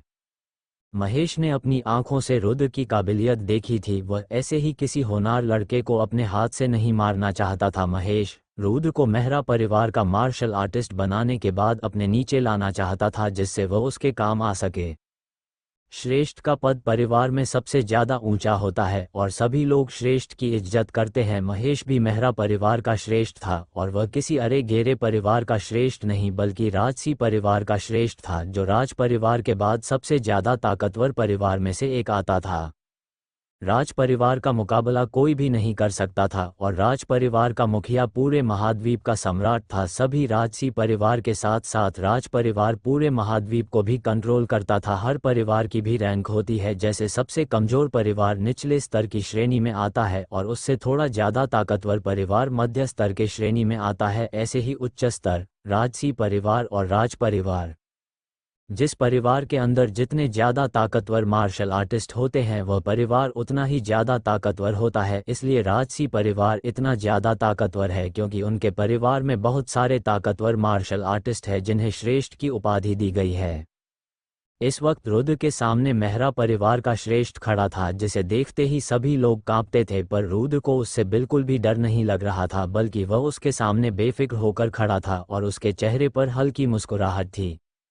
मास्टर महेश का प्रस्ताव बहुत अच्छा था। राजसी परिवार के अंदर जाना हर मार्शल आर्टिस्ट का सपना होता है। राजसी परिवार के अंदर जाकर वह अपनी ताकत को और भी ज्यादा बढ़ा सकता है, नई नई मार्शल आर्ट का अभ्यास कर सकता है। पर मास्टर महेश को कहाँ पता था कि रुद्र पहले ही कौशिक परिवार, जो कि मेहरा परिवार की तरह राजसी परिवार में से आता है, उनका प्रस्ताव ठुकरा चुका है। अगर मास्टर महेश को पता चल जाए कि कौशिक परिवार ने रुद्र को अपने परिवार में श्रेष्ठ का पद दिया था, तो फिर उनके हैरानी की कोई सीमा नहीं होगी। रुद्र में मास्टर महेश की आंखों में देखते हुए कहा, मास्टर महेश, आपको क्या लगता है मैं आपको नहीं हरा पाऊंगा? लगता है आपने मुझे कुछ कम आंक लिया। रुद्र की बात सुनकर मास्टर महेश के चेहरे पर हल्की मुस्कुराहट आ जाती है। कोई भी उन्हें देखकर बता सकता था उनके इरादे सही नहीं है। महेश बोला, लगता है तू मेरी बात मानने के लिए तैयार नहीं है। मैंने सोचा मुझे तेरे साथ अच्छे से बर्ताव करना चाहिए, पर तू इस लायक नहीं है। कम से कम तुझे ये पता होना चाहिए यहाँ पर कौन ताकतवर है और कौन कमजोर। इतना कहने के बाद मास्टर महेश अपने हाथों से एनर्जी बाहर निकालते हैं और फिर देखते ही देखते वह एनर्जी बहुत सारी जंजीर का रूप ले लेती है, जो उड़ते हुए उस जगह पर जितने भी लुटेरे थे उनके आर पार हो जाती है और वे सभी लुटेरे एक ही झटके में मारे जाते हैं। उस जगह पर 80 से भी ज्यादा लुटेरे मौजूद थे, जिनको मास्टर महेश ने एक ही बार में मार दिया था। महेश बोला, अब तूने मेरी ताकत का अंदाजा लगा लिया होगा। मेरी बात मान जा वरना तेरा भी यही अंजाम होगा, और बाकी तो समझदार है ही। रुद्र बोला, क्या आप मुझे धमकी दे रहे हैं? अगर मैं आपके साथ नहीं आऊँगा तो आप मेरे पूरे परिवार को मार डालेंगे। पर मैं आपसे कुछ पूछना चाहता हूँ, आपने उन सभी लुटेरों को क्यों मार डाला? उन्होंने आपके साथ सौदा किया था और वे सभी लुटेरे आपके साथ थे। अवनी भी रुद्र के पीछे खड़ी थी और वह उन दोनों की बातें सुन रही थी। भले ही वह सोम पर्वत छोड़कर आ गई थी, पर वे सभी लुटेरे गुप्ता परिवार से थे, जिस वजह से अवनी को बुरा लग रहा था। इधर रुद्र की बात सुनकर महेश ने अपने चेहरे पर कुटिल मुस्कुराहट के साथ कहा, मुझे तेरे सामने आना पड़ा, जिस वजह से सभी लोगों को मेरे बारे में पता चल गया, इसलिए मैंने इन सभी को मार डाला। मैं नहीं चाहता इन सभी मसलों में मेरा नाम आए। मास्टर महेश की बात सुनकर रुद्र पागलों की तरह हंसने लगता है। रुद्र को इस तरह हंसता हुआ देखकर मास्टर महेश को कुछ भी समझ में नहीं आ रहा था कि ये पागलों की तरह क्यों हंस रहा है। रुद्र ने कुछ देर हंसने के बाद मास्टर महेश से कहा, बुड्ढे, तू अपने आप को कुछ ज्यादा ही ताकतवर समझ रहा है। तू जानता है मेरी नज़रों में तेरी और तेरे मेहरा परिवार की औकात कितनी है? इतना कहने के बाद रुद्र ने विवेक की ओर इशारा करते हुए कहा, इसकी जितनी औकात तेरी नज़रों में है, मेरी भी नज़रों में तेरे पूरे मेहरा परिवार की औकात उतनी है, बिल्कुल एक कीड़े की तरह। जिस तरह तू इस विवेक को कभी भी मसल सकता है, मैं भी तेरे पूरे मेहरा परिवार को कभी भी मसल सकता हूँ। रुद्र की बात सुनकर मास्टर विवेक को बहुत ज़्यादा गुस्सा आ जाता है। उन्होंने गुस्से में कहा, तू अपनी औकात से कुछ ज़्यादा ही बाहर जा रहा है। बुढ़े में नहीं, तू अपनी औकात से बाहर जा रहा है। तेरी औकात मेरी नज़रों में कुछ भी नहीं, तुझे तो मैं एक कीड़े के बराबर भी नहीं समझता हूँ। अब मास्टर महेश का गुस्सा 7वें आसमान पर था। उन्होंने गुस्से में रुद्र की ओर बढ़ते हुए कहा, अब तेरा मरना तय है। अब आगे क्या होगा? क्या मास्टर महेश सच में रुद्र को मार देंगे? और रुद्र मास्टर महेश को इतना ज्यादा क्यों उकसा रहा था? इसके पीछे रुद्र की क्या योजना थी? जानने के लिए पढ़ते रहिए करूर मार्शल आर्टिस्ट। एपिसोड 27 5वें स्तर की फॉर्मेशन। जब कोई साधारण इंसान मार्शल आर्ट की राह पर चलता है, उसकी ताकत साधारण इंसान से थोड़ी ज्यादा होती है, पर जैसे जैसे वह अपनी ताकत को बढ़ाता है और दूसरे सितारे पर पहुंच जाता है, उसकी ताकत अलग मुकाम पर पहुंच जाती है। फिर वह वातावरण में मौजूद एनर्जी को अपने शरीर में समाहित करके उसका इस्तेमाल कर सकता है। एनर्जी को सही से इस्तेमाल करने के लिए मार्शल आर्टिस्ट मार्शल आर्ट का अभ्यास करते हैं और अपने एनर्जी को नया रूप देते हैं। बहुत से लोगों के पास ताकतवर मार्शल आर्ट नहीं होती है, जिस वजह से वे लोग अपनी एनर्जी को अपने हाथ में लाकर इस्तेमाल करते हैं, जिस वजह से उनका साधारण मुक्का भी पूरी दीवार को तोड़ने के लिए सक्षम हो जाता है। पर जिसके पास ताकतवर मार्शल आर्ट होती है, वह अपनी एनर्जी को फिनिक्स, शेर या फिर किसी हथियार का रूप दे सकते हैं, जिस वजह से उनकी ताकत बहुत ज़्यादा बढ़ जाती है। जैसे मेहरा परिवार के अधिकतर श्रेष्ठ अपनी एनर्जी को जंजीर का रूप दे सकते हैं और उन जंजीर को हमला करने और किसी को बंधक बनाने के लिए इस्तेमाल करते हैं। अब तक सूरज ढल चुका था और चारों तरफ अंधेरा छा गया था। वर्मा परिवार के बाहर विवेक और मास्टर महेश रुद्र के सामने खड़े थे और रुद्र से कुछ दूरी पर अवनी खड़ी थी। रुद्र ने मास्टर महेश को कुछ ज्यादा ही गुस्सा दिला दिया था, जिस वजह से मास्टर महेश रुद्र की तरफ तेजी से हमला करने के लिए आ रहे थे। मास्टर महेश बहुत ज़्यादा ताकतवर थे, जिस वजह से उनकी स्पीड भी साधारण इंसान के मुकाबले में काफ़ी ज़्यादा थी। कब मास्टर महेश रुद्र के करीब पहुंच गए, किसी को भी नहीं पता चला। पर रुद्र अलग था, उसने अपनी फॉर्मेशन को पहले से ही चालू किया हुआ था, जिस वजह से मास्टर महेश का मुक्का रुद्र की रक्षा फॉर्मेशन पर लगा था। इस वक्त रुद्र के चारों तरफ हल्की हल्की नीले रंग की परत थी, जो रक्षा फॉर्मेशन की वजह से बनी थी। जितनी हल्की वह शील्ड लग रही थी, उतनी हल्की वह शील्ड नहीं थी। मास्टर महेश के मुक्के से उस शील्ड पर एक भी क्रैक नहीं आया था।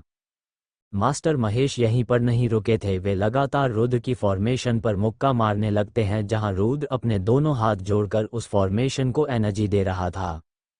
इधर विवेक मास्टर महेश और रुद्र को लड़ता हुआ देख रहा था और उसे अब तक समझ में आ गया था कि उसमें और रुद्र में कितना बड़ा अंतर है। विवेक को रुद्र पर बहुत ज़्यादा गुस्सा आ रहा था, पर इस वक्त गुस्सा करने का वक्त नहीं था। विवेक ने एक झलक रुद्र को देखा और फिर उस जगह से भागते हुए अपने आप से कहा, मैं ताकतवर बनकर वापस से आऊँगा और तुझे तो मैं ही अपने हाथों से मारूंगा।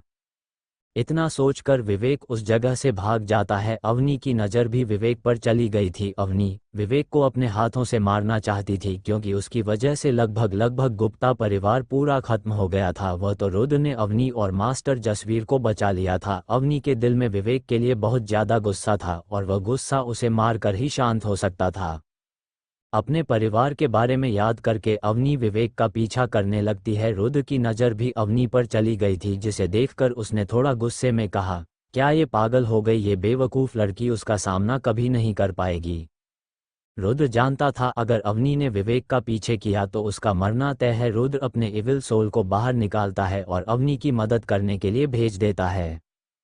इधर मास्टर महेश रुद्र की शील्ड को तोड़ने ही वाले थे, तभी रुद्र अपने हाथ में अपनी एनर्जी को लाता है और मास्टर महेश के मुंह पर मुक्का मारने के लिए अपना हाथ आगे बढ़ाता है। अगर रुद्र का ये मुक्का मास्टर महेश के चेहरे पर लग जाता तो वे बहुत ज़्यादा घायल हो जाते, पर अफसोस रुद्र का मुक्का लगने से पहले ही मास्टर महेश पीछे हट गया था। अब रुद्र की शील्ड बहुत ज़्यादा कमज़ोर हो गई थी और मास्टर महेश का एक मुक्का और रुद्र की शील्ड चकनाचूर हो जाएगी। रुद्र जिस शील्ड की मदद से अपनी रक्षा कर रहा था वह तीसरे स्तर की रक्षा फॉर्मेशन थी, जिसे तोड़ पाना किसी साधारण मार्शल आर्टिस्ट के लिए नामुमकिन था। पर मास्टर महेश राजसी परिवार के श्रेष्ठ थे जिनकी ताकत कम नहीं थी। मास्टर महेश ने अपने चेहरे पर कुटिल मुस्कुराहट के साथ रुद्र से कहा, मैंने जितना सोचा था तू उससे कहीं गुना ज़्यादा ताकतवर है। तूने तो तीसरे स्तर की रक्षा फॉर्मेशन बना ली, पर आज तेरा सामना मुझसे हुआ है, तेरा बच पाना नामुमकिन है। अब तक मास्टर महेश ने रुद्र की ढाल तोड़ने के लिए अपनी एनर्जी का इस्तेमाल नहीं किया था और अब मास्टर महेश ने अपनी एनर्जी का इस्तेमाल करना शुरू कर दिया था, जिस वजह से उनके हाथ के चारों तरफ लाल रंग की एनर्जी आ गई थी। मास्टर महेश रुद्र की शील्ड की ओर बढ़ने लगते हैं और रुद्र से कहते हैं, मैं भी देखता हूँ तू अपनी शील्ड के अंदर कितनी देर तक रहता है। मास्टर महेश की बात सुनकर रुद्र के चेहरे पर बिल्कुल भी डर नहीं था, वह बिल्कुल शांत अपनी फॉर्मेशन में खड़ा था। तभी रुद्र अपने एक हाथ को जमीन पर रखता है और रुद्र के चारों तरफ 3 शील्ड और बन जाती है। रुद्र की उन 3 शील्ड को देखकर मास्टर महेश ने रुद्र की ओर बढ़ते हुए कहा, तेरी यह शील्ड मेरे आगे कुछ भी नहीं है, अब मैं अपनी एनर्जी को इस्तेमाल कर रहा हूँ। इतना कहने के बाद मास्टर महेश रुद्र की शील्ड पर मुक्का मारते हैं और वह शील्ड उसी वक्त चकनाचूर हो जाती है। मास्टर महेश अपने हाथ का दोबारा से मुक्का बनाते हैं और रुद्र की दूसरी शील्ड पर दे मारते हैं और वह शील्ड भी उसी वक्त चकनाचूर हो जाती है। और जैसे ही मास्टर महेश रुद्र की आखिरी शील्ड तोड़ने वाले थे तभी रुद्र के चेहरे पर कुटिल मुस्कुराहट आ जाती है। एक बार के लिए मास्टर महेश भी रुद्र की कुटीर मुस्कुराहट देखकर थोड़े डर जाते हैं, पर वह अपने आप को संभालते हैं और रुद्र की ढाल पर हमला कर देते हैं। जैसे ही वो सील टूटती है जमीन के अंदर से एक फिनिक्स बाहर निकलता है। उस एनर्जी से बने फीनिक्स को देखकर मास्टर महेश थोड़े हैरान हो गए थे। वे जल्दी से अपनी एनर्जी को बाहर निकालते हैं और जंजीर बनाकर रुद्र के फिनिक्स को उसमें कैद कर लेते हैं। मास्टर महेश जल्दी से अपनी जंजीरों का इस्तेमाल इसलिए नहीं करते थे क्योंकि इसमें उनकी बहुत ज़्यादा एनर्जी जाती थी। अभी मास्टर महेश ने उस फिनिक्स को ही कैद किया था, तभी ज़मीन के अंदर से 4 फिनिक्स और बाहर निकलते हैं, जिन्हें देखकर मास्टर महेश हैरान हो गए थे। और अब तक रुद्र का पहला फिनिक्स भी मास्टर महेश की जंजीरों से आज़ाद हो गया था। उन सभी फिनिक्स को देखकर पहले तो मास्टर महेश थोड़े हैरान थे, पर फिर बाद में उन्होंने रुद्र से कहा, लड़के तू बहुत ज़्यादा ताकतवर है, तीसरे स्तर की फॉर्मेशन बनाना ही बहुत ज़्यादा मुश्किल होता है, पर तूने 5वें स्तर की फॉर्मेशन बना ली। तूने मुझे बहुत ज़्यादा गुस्सा दिला दिया था, पर मैं तुझे अभी भी एक मौका देने के लिए तैयार हूँ। हमारे मेहरा परिवार में आने के लिए तैयार हो जा, मैं तुझे छोड़ दूंगा। इस छोटे से परिवार में रहकर तुझे क्या मिलेगा? अगर तू एक बार मेहरा परिवार में आने के लिए तैयार हो गया, मैं लिखकर कह सकता हूँ तू अपनी इस फॉर्मेशन को और भी ज़्यादा ताकतवर बन सकता है और हम तुझे और भी ताकतवर मार्शल आर्ट देंगे जिससे तेरी ताकत और भी बढ़ेगी। मास्टर महेश रुद्र को किसी भी तरह अपने परिवार में लाना चाहता था जिससे उनके परिवार की ताकत और भी ज़्यादा बढ़ जाए, पर रुद्र ने तुरंत कहा, मुझे अपने आप को ताकतवर बनाने के लिए तेरे परिवार की कोई ज़रूरत नहीं है। तेरा बेकार परिवार मुझे कुछ भी नहीं सिखा सकता। रुद्र को किसी परिवार में जाने की जरूरत नहीं थी, उसके पास पहले से ही अपने पिछले जन्म की बहुत सारी मार्शल थी, जिनके सामने बड़े बड़े राजसी परिवार की मार्शल आर्ट भी फीकी पड़ जाएगी। रुद्र के भाव देखकर मास्टर महेश को समझ में आ गया था, इसे कितना भी समझ ले पर यह हमारे परिवार में आने के लिए बिल्कुल भी तैयार नहीं होगा। अब मास्टर महेश अपनी पूरी ताकत का इस्तेमाल करने लगते हैं और रुद्र की तरफ तेजी से बढ़ते हुए कहते हैं, अगर तेरा यही फैसला है फिर तू मरेगा, मैं किसी होनहार लड़के को जिंदा नहीं रहने दे सकता हूँ। एक तरफ मास्टर महेश थे और दूसरी तरफ रुद्र और उसके 5 फिनिक्स। अब आगे क्या होगा? क्या रुद्र अपने 5वें स्तर की फॉर्मेशन से मास्टर महेश को रोक पाएगा, जो राजसी परिवार के श्रेष्ठ है, या फिर मास्टर महेश रुद्र को मार डालेंगे? जानने के लिए पढ़ते रहिए क्रूर मार्शल आर्टिस्ट। एपिसोड 28 पिछले जन्म की यादें। एक तरफ मास्टर महेश थे और दूसरी तरफ रुद्र अपनी फॉर्मेशन को नियंत्रित करते हुए उन 5 फिनिक्स के साथ हमला करने के लिए तैयार था। रुद्र की बातें सुनकर मास्टर महेश को भी गुस्सा आ गया था और वे अपनी पूरी ताकत का इस्तेमाल करते हुए रुद्र की ओर बढ़ने लगे थे। रुद्र भी मास्टर महेश को अपनी तरफ आता हुआ देखकर उन फिनिक्स को मास्टर महेश पर हमला करने के लिए भेज देता है। रुद्र जो भी अपने मन में सोच रहा था वे सभी फिनिक्स भी वही कर रहे थे। मास्टर महेश अपनी एनर्जी का इस्तेमाल करते हुए दोबारा से बहुत सारी जंजीर बना लेते हैं और रुद्र के 2 फिनिक्स को उन जंजीरों में बांध लेते हैं। पर रुद्र के वे दोनों फिनिक्स धमाका करके खत्म हो गए थे और साथ में मास्टर महेश की जंजीर भी वातावरण में विलुप्त हो गई थी। रुद्र यहीं पर नहीं रुका था, उसने अपने बचे हुए 3 फिनिक्स से मास्टर महेश के ऊपर धमाका करवा दिया था, जिस वजह से मास्टर महेश को पीछे हटना पड़ा था। रुद्र के फिनिक्स का वह धमाका इतना बड़ा था, देखने से ऐसा लग रहा था जैसे कि मास्टर महेश के ऊपर बम फोड़ा गया हो। मास्टर महेश चौथे सितारे के मार्शल आर्टिस्ट थे, उनका शरीर लोहे से भी ज़्यादा मजबूत था, जिस वजह से मास्टर महेश को बाहरी चोट नहीं लगी थी। पर रुद्र के उन धमाकों की वजह से मास्टर महेश को अंदरूनी चोट लग गई थी, जिस वजह से उन्हें खून की उल्टी हो गई। रुद्र ने मास्टर महेश का मजाक बनाते हुए कहा, मैंने सुना है तू राजसी परिवार का श्रेष्ठ है, क्या राजसी परिवार के सभी श्रेष्ठ इतने ज़्यादा कमज़ोर होते हैं? तेरी हालात देखकर मुझे नहीं लगता है तेरा परिवार 7 राजसी परिवार में आने के लायक है। रुद्र इस वक्त मास्टर महेश की बेइज्जती नहीं कर रहा था, बल्कि वह पूरे मेहरा परिवार की बेइज्जती कर रहा था। वह परिवार जिससे पूरे राजगिरी महाद्वीप के सभी परिवार थर थर कांपते थे। राज परिवार के बाद कोई भी ऐसा परिवार नहीं था जो 7 राजसी परिवार में से किसी एक भी परिवार के साथ पंगा ले सके, पर रुद्र मास्टर महेश के साथ पंगा भी ले रहा था और उनके साथ पूरे मेहरा परिवार की बेइज्जती भी कर रहा था। मास्टर महेश को भी रुद्र की बात सुनकर बहुत ज़्यादा गुस्सा आ गया था। उन्होंने रुद्र पर चिल्लाते हुए कहा, अगर अब तू अपने घुटनों के बल बैठकर भी मुझसे माफ़ी मांगेगा, मैं तुझे तब भी माफ़ नहीं करूंगा। अगर खुद भगवान भी आकर मुझसे कहे कि मैं तुझे छोड़ दूं, मैं फिर भी तुझे नहीं छोड़ूंगा। आज तेरा मरना तय है। मास्टर महेश की बात सुनकर रुद्र अपने हाथ को ऊपर उठाता है और जमीन पर जितने भी स्पिरिचुअल स्टोन पड़े थे उनके अंदर से एनर्जी निकालकर वातावरण में इकट्ठा होने लगती है और फिर देखते ही देखते उस एनर्जी ने दोबारा से 5 फिनिक्स का रूप ले लिया था। वे सभी 5 फिनिक्स पहले की तरह रुद्र जितने बड़े थे और इस वक्त वे सभी फिनिक्स रुद्र के पीछे खड़े थे। ये सब इतनी जल्दी हुआ था, मास्टर महेश को रिएक्ट करने का भी वक्त नहीं मिला था। रुद्र बोला, तू सिर्फ कुत्ते की तरह भौंक सकता है, तेरे बस में कुछ भी करना नहीं है। इस बार मास्टर महेश रुद्र पर चिल्लाते नहीं है, बस गुस्से में रुद्र को घूरने लगते हैं। पर तभी देखते ही देखते मास्टर महेश के हाथ में एक हथियार आ जाता है। मास्टर महेश ने वह हथियार अपनी स्पेस रिंग के अंदर से निकाला था। स्पेस रिंग एक जादुई अंगूठी है जिसके अंदर हम बहुत सारा सामान स्टोर कर सकते हैं।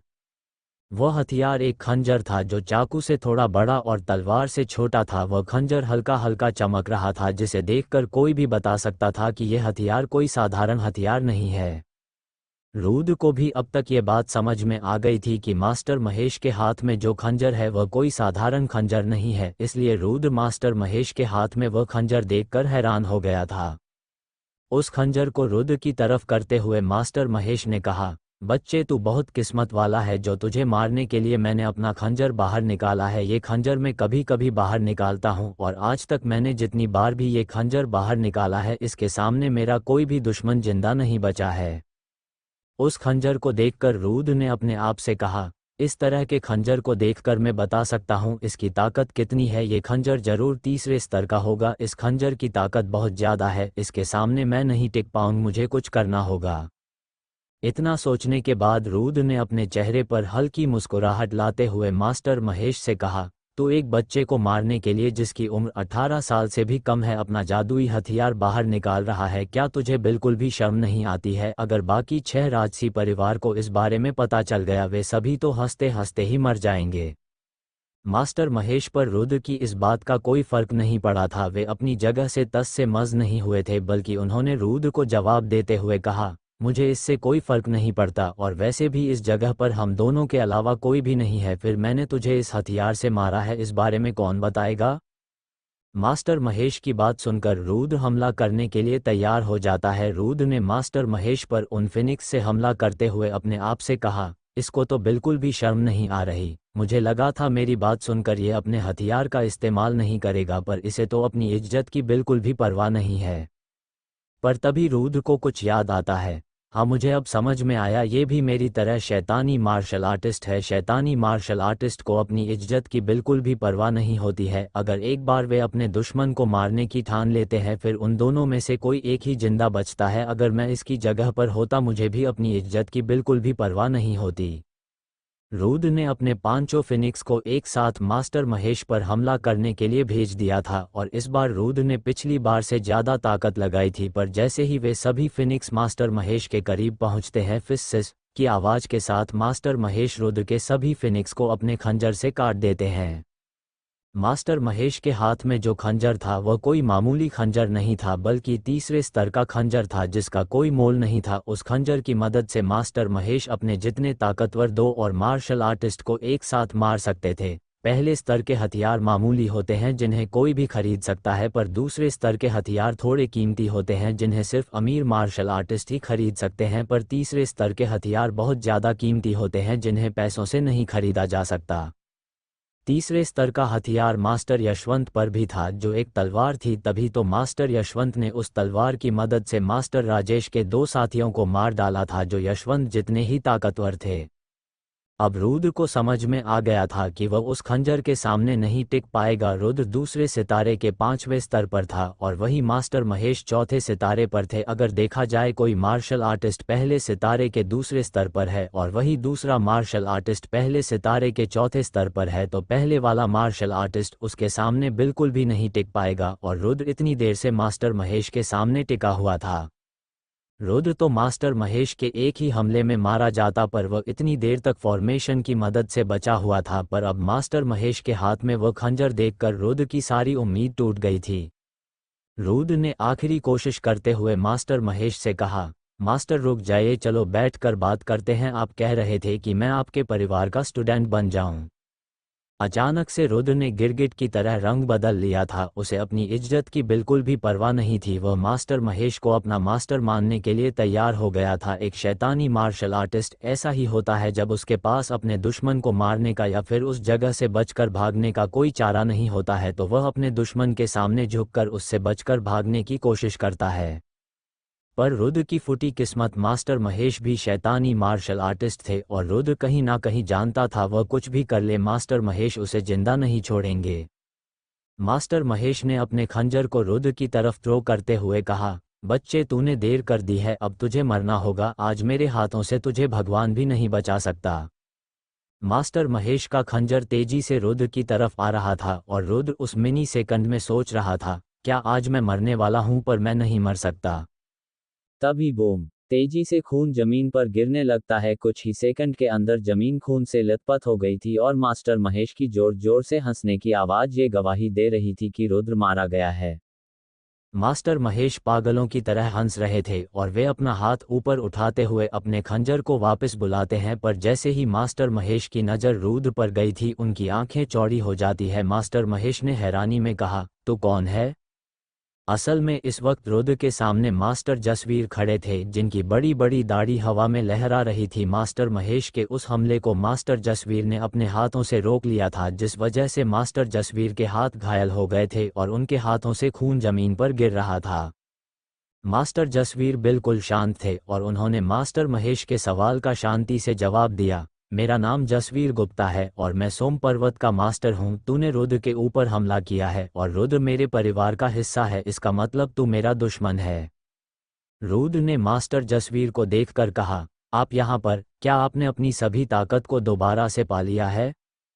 मास्टर जसवीर बोले, हाँ मेरी सारी ताकत वापस आ गई है। तुमने जो घाव भरने वाली दवाई दी थी वह बहुत ज़्यादा असरदार थी। उन दवाई की मदद से मेरी सारी ताकत वापस आ गई और मैं बहुत सालों से चौथे सितारे पर नहीं पहुंच पा रहा था, पर उन दवाइयों की वजह से मैं चौथे सितारे पर पहुंच गया। मास्टर जसवीर की बात सुनकर रुद्र के चेहरे पर हल्की मुस्कुराहट आ जाती है। अभी कुछ सेकंड पहले रुद्र सोच रहा था कि उसे आज यहां से बचकर भागना होगा। भले ही मास्टर महेश रुद्र से बहुत ज़्यादा ताकतवर थे और उनके पास तीसरे स्तर का खंजर था, पर रुद्र अपने पिछले जन्म में ताकतवर सम्राट था जिसके सामने पूरे राजगिरी महाद्वीप के सम्राट भी नहीं टिक सकते थे। रुद्र एक ऐसी जगह पर रहता था जिस जगह पर दुनिया के सबसे ताकतवर मार्शल आर्टिस्ट रहते थे। उस जगह पर रहने वाले हर मार्शल आर्टिस्ट की ताकत इतनी ज़्यादा होती थी वह अपने एक ही हमले में सैकड़ों सिटी उजाड़ सकता था, और रुद्र उस जगह पर सम्राट था। पिछले जन्म में रुद्र की ताकत इतनी ज़्यादा थी उस जगह के 9 सम्राट भी रुद्र से थर थर कांपते थे, पर रुद्र अपने ही धोखेबाज स्टूडेंट की वजह से मारा गया था। उसने रुद्र की प्राचीन किताब के लालच में आकर रुद्र को मार डाला। उस प्राचीन किताब के लालच में कोई भी आ सकता था, क्योंकि उस प्राचीन किताब के अंदर ऐसी ऐसी मार्शल आर्ट लिखी थी जिसका अभ्यास करके कोई भी मार्शल आर्टिस्ट दुनिया का सबसे ताकतवर मार्शल आर्टिस्ट बन सकता था। पर रुद्र को कभी नहीं लगा था उसका ही स्टूडेंट जिसे उसने अपने बेटे के समान समझा था वह उसे धोखा देगा। रुद्र ने सोच लिया था कि वह अपने स्टूडेंट को उस प्राचीन किताब की सभी मार्शल आर्ट सिखाएगा, पर रुद्र के स्टूडेंट ने उससे पहले ही रुद्र को धोखा दे दिया। उस वक्त रुद्र को इतना ज़्यादा गुस्सा आ गया था, उसने गुस्से में मरने से पहले अपनी पूरी ताकत लगाकर उस किताब को पूरी तरह ख़त्म कर दिया था। जब रुद्र अपनी पिछली दुनिया में इतना ज़्यादा ताकतवर था, फिर उसके लिए मास्टर महेश से बचकर भाग जाना मुश्किल नहीं था। जैसे ही मास्टर महेश ये बात सुनते हैं कि उसके सामने खड़ा बुढ़ा चौथ सितारे पर पहुंच गया, वो जोर जोर से हंसने लगता है। मास्टर महेश ने हंसते हुए कहा, क्या कहा तूने? तू चौथे सितारे पर पहुंच गया? मैं बहुत पहले ही चौथ सितारे पर पहुंच गया था, और तू अभी अभी जो चौथ सितारे पर पहुंचा है मुझे हराने के सपने देख रहा है। मेरे पास तीसरे स्तर का खंजर है, अगर इसके साथ तेरे जैसे 2 और बुढ़े आ गए मैं उन्हें भी मार डालूंगा। इतना कहने के बाद मास्टर महेश दोबारा से पागलों की तरह हंसने लगते हैं। अब आगे क्या होगा? क्या सच में मास्टर महेश मास्टर जसवीर को मार डालेंगे? और रुद्र अपने पिछले जन्म में ऐसी कौन सी जगह पर रहता था जिस जगह पर पूरी दुनिया के सबसे ताकतवर मार्शल आर्टिस्ट रहते थे? और क्या मास्टर ओमवीर, मास्टर गौतम और मास्टर यशवंत अपने दुश्मन मास्टर राजेश को पकड़ पाएंगे? जानने के लिए पढ़ते रहिए क्रूर मार्शल आर्टिस्ट।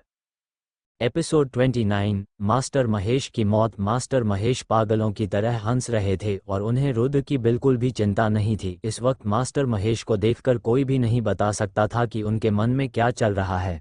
उन्हें देखकर सब यही बोलेंगे कि एक पागल आदमी बहुत जोरों से हंस रहा है, पर रुद्र अलग था, उसे सालों का अनुभव था। रुद्र को पता चला गया था कि मास्टर महेश हमें बहुत ज़्यादा कमज़ोर समझ रहे हैं जिन्हें वे चुटकी बजाकर मसल सकते हैं।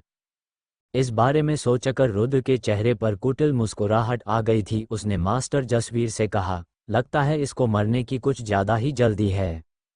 रुद्र की इस बात को मास्टर महेश ने भी सुन लिया था और उन्हें लग रहा था कि वे मास्टर महेश रुद्र को पागल समझ रहे थे जो अपने सामने इतने ताकतवर मार्शल आर्टिस्ट को देखकर भूखला गया था।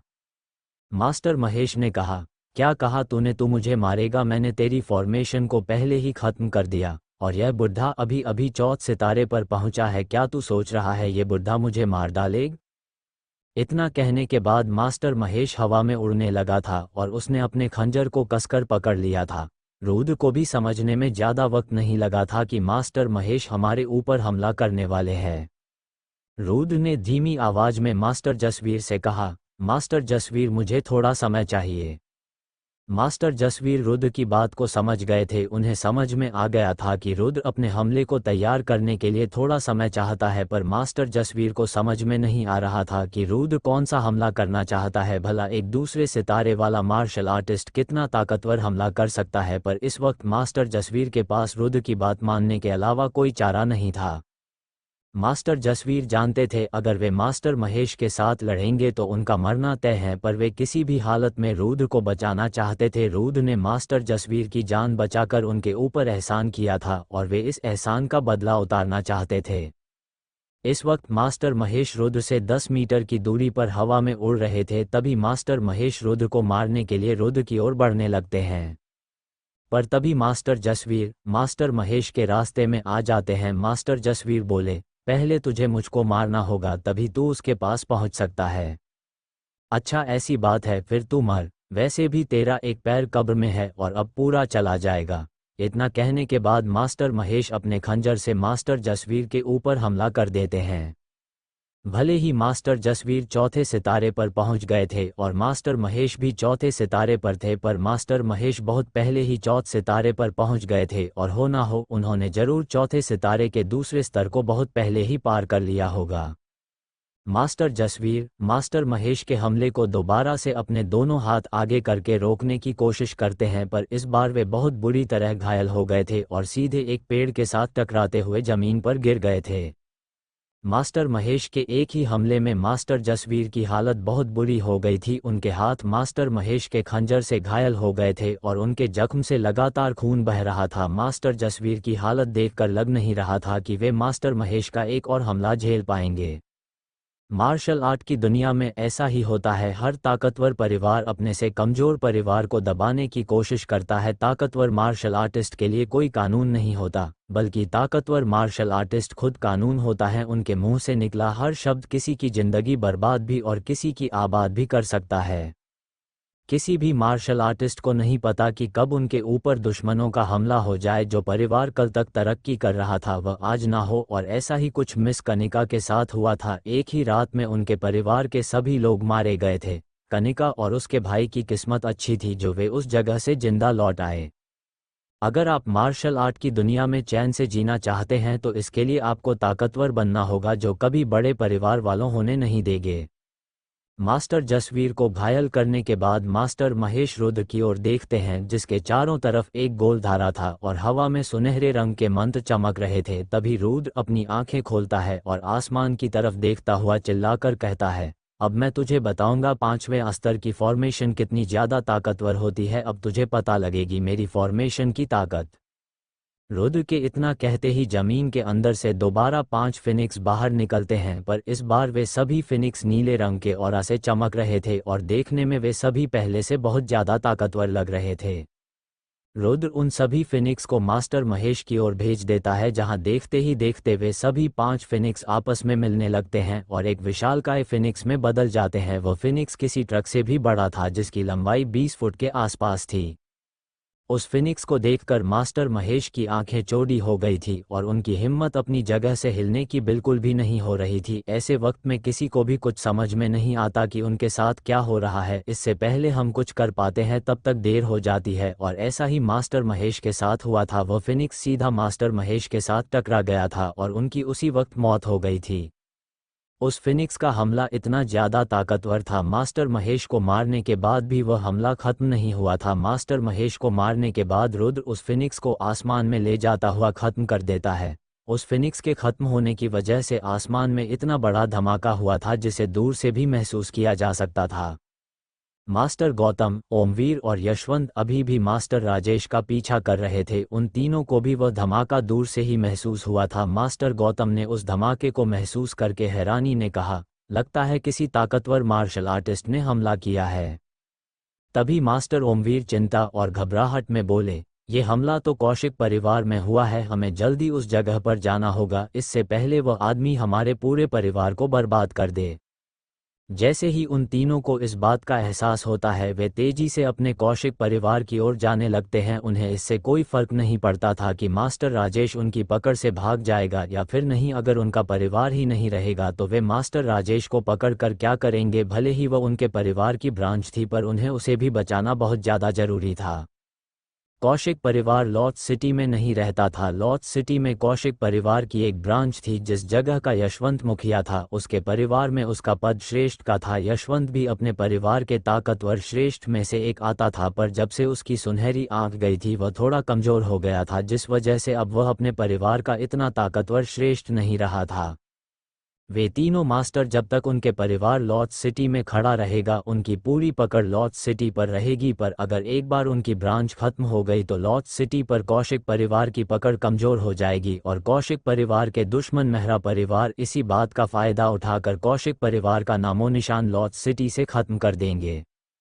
मास्टर राजेश कौशिक परिवार से बहुत दूर आ गए थे, जबकि उनके दोनों साथी अभी भी पीछे थे और उन्हें भी कौशिक परिवार के अंदर वह धमाका महसूस हुआ था। उनमें से एक साथी ने कहा, क्या हमें वापस जाकर कौशिक परिवार में देखना चाहिए? क्या पता ये सब मास्टर राजेश ने किया हो। आपने साथी की बात सुनकर मास्टर राजेश के दूसरे साथी ने कहा, अरे बेवकूफ़, क्या तुझे मरना है? मास्टर राजेश कभी भी इतना ज़्यादा ताकतवर हमला नहीं कर सकते। जरूर उस जगह पर कोई और ताकतवर मार्शल आर्टिस्ट मौजूद होगा। मैं उस जगह पर जाकर मरना नहीं चाहता हूँ, चलो यहाँ से चलते हैं। इतना सोचने के बाद वे दोनों उस जगह से चले जाते हैं। अब आगे क्या होगा? जब गौतम, ओमवीर और यशवंत को पता चलेगा कि इस धमाके को करने वाला और कोई नहीं बल्कि रुद्र था, तो उनका क्या रिएक्शन रहेगा? जानने के लिए पढ़ते रहिए क्रूर मार्शल आर्टिस्ट। एपिसोड 30 धोखा। इधर कौशिक परिवार के अंदर मास्टर जसवीर अपनी जगह पर जम गए थे। उनके पैर कांप पर रहे थे और उन्होंने एक पल के लिए भी अपनी आंखों को नहीं झपकाया था। इस वक्त मास्टर जसवीर वह धमाका देखकर अपने दर्द को बिल्कुल भूल गए थे। उन्हें अपनी आंखों पर बिल्कुल भी विश्वास नहीं हो रहा था, और विश्वास भी कैसे होता? रुद्र ने दूसरे सितारे पर होकर चौथे सितारे वाले मास्टर महेश को मार था। मास्टर जसवीर ने अपने आप से कहा, क्या इसने सच में अपने एक ही वार में मेहरा परिवार के श्रेष्ठ को मार दिया? रुद्र का हमला इतना ज्यादा तेज था, उस श्रेष्ठ की तो हड्डी भी नहीं बची। मास्टर जसवीर को अपनी आंखों पर बिल्कुल भी विश्वास नहीं हो रहा था। उन्हें ना चाहते हुए भी इस बात पर विश्वास करना पड़ रहा था कि रुद्रा ने मास्टर महेश को मार डाला। मास्टर जसवीर तो ये सोच रहे थे कि मैं कुछ देर मास्टर महेश को रोक कर रहूंगा, और जब तक कौशिक परिवार के तीनों श्रेष्ठ आ जाएंगे फिर वे सारा मामला खुद संभाल लेंगे। मास्टर जसवीर की नज़र रुद्र पर जाती है, जो कि ना के बराबर घायल था। रुद्र के चेहरे पर हल्की मुस्कुराहट थी जो उसे बहुत ज़्यादा खतरनाक बना रही थी। रुद्र को देखकर मास्टर जसवीर के मुंह से एकाएक निकला, ये किसी शैतान से कम नहीं है। मास्टर जसवीर रुद्र के पास जाते हैं, जो जमीन पर पड़े हुए स्पिरिचुअल स्टोन को उठा रहा था। अधिकतर स्पिरिचुअल स्टोन की एनर्जी फॉर्मेशन ने खींच ली थी, जिस वजह से वे स्टोन धूल बनकर उड़ गए थे।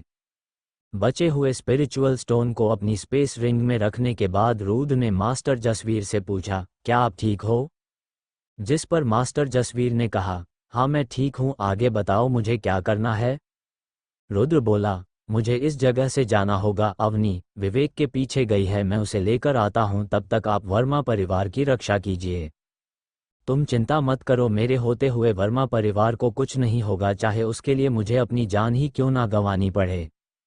मास्टर जसवीर की बात सुनकर रुद्र मुड़ता है और मास्टर महेश के खंजर की ओर जाने लगता है, जो जमीन के अंदर दशा हुआ था। रुद्र ने उस खंजर के पास जाते हुए अपने आप से कहा, मुझे वर्मा परिवार की चिंता नहीं करनी चाहिए, तीनों मास्टर भी जल्दी ही इस जगह पर आते होंगे, और जब तक मास्टर जसवीर भी इसी जगह पर है। इतना सोचते हुए रुद्र उस खंजर के पास पहुंच जाता है और उसे उठाकर देखने लगता है। वह खंजर ज़्यादा बड़ा नहीं था, बस तलवार से थोड़ा ही छोटा था। उस खंजर की धार बहुत ज़्यादा थी और वह हल्के नीले रंग से चमक रहा था। रुद्र ने उस खंजर को अपनी स्पेस रिंग में रखने के बाद कहा, चलो अपनी रक्षा करने के लिए मैं इस खंजर को रख लेता हूँ, यह आगे चलकर मेरे बहुत ज़्यादा काम आएगा।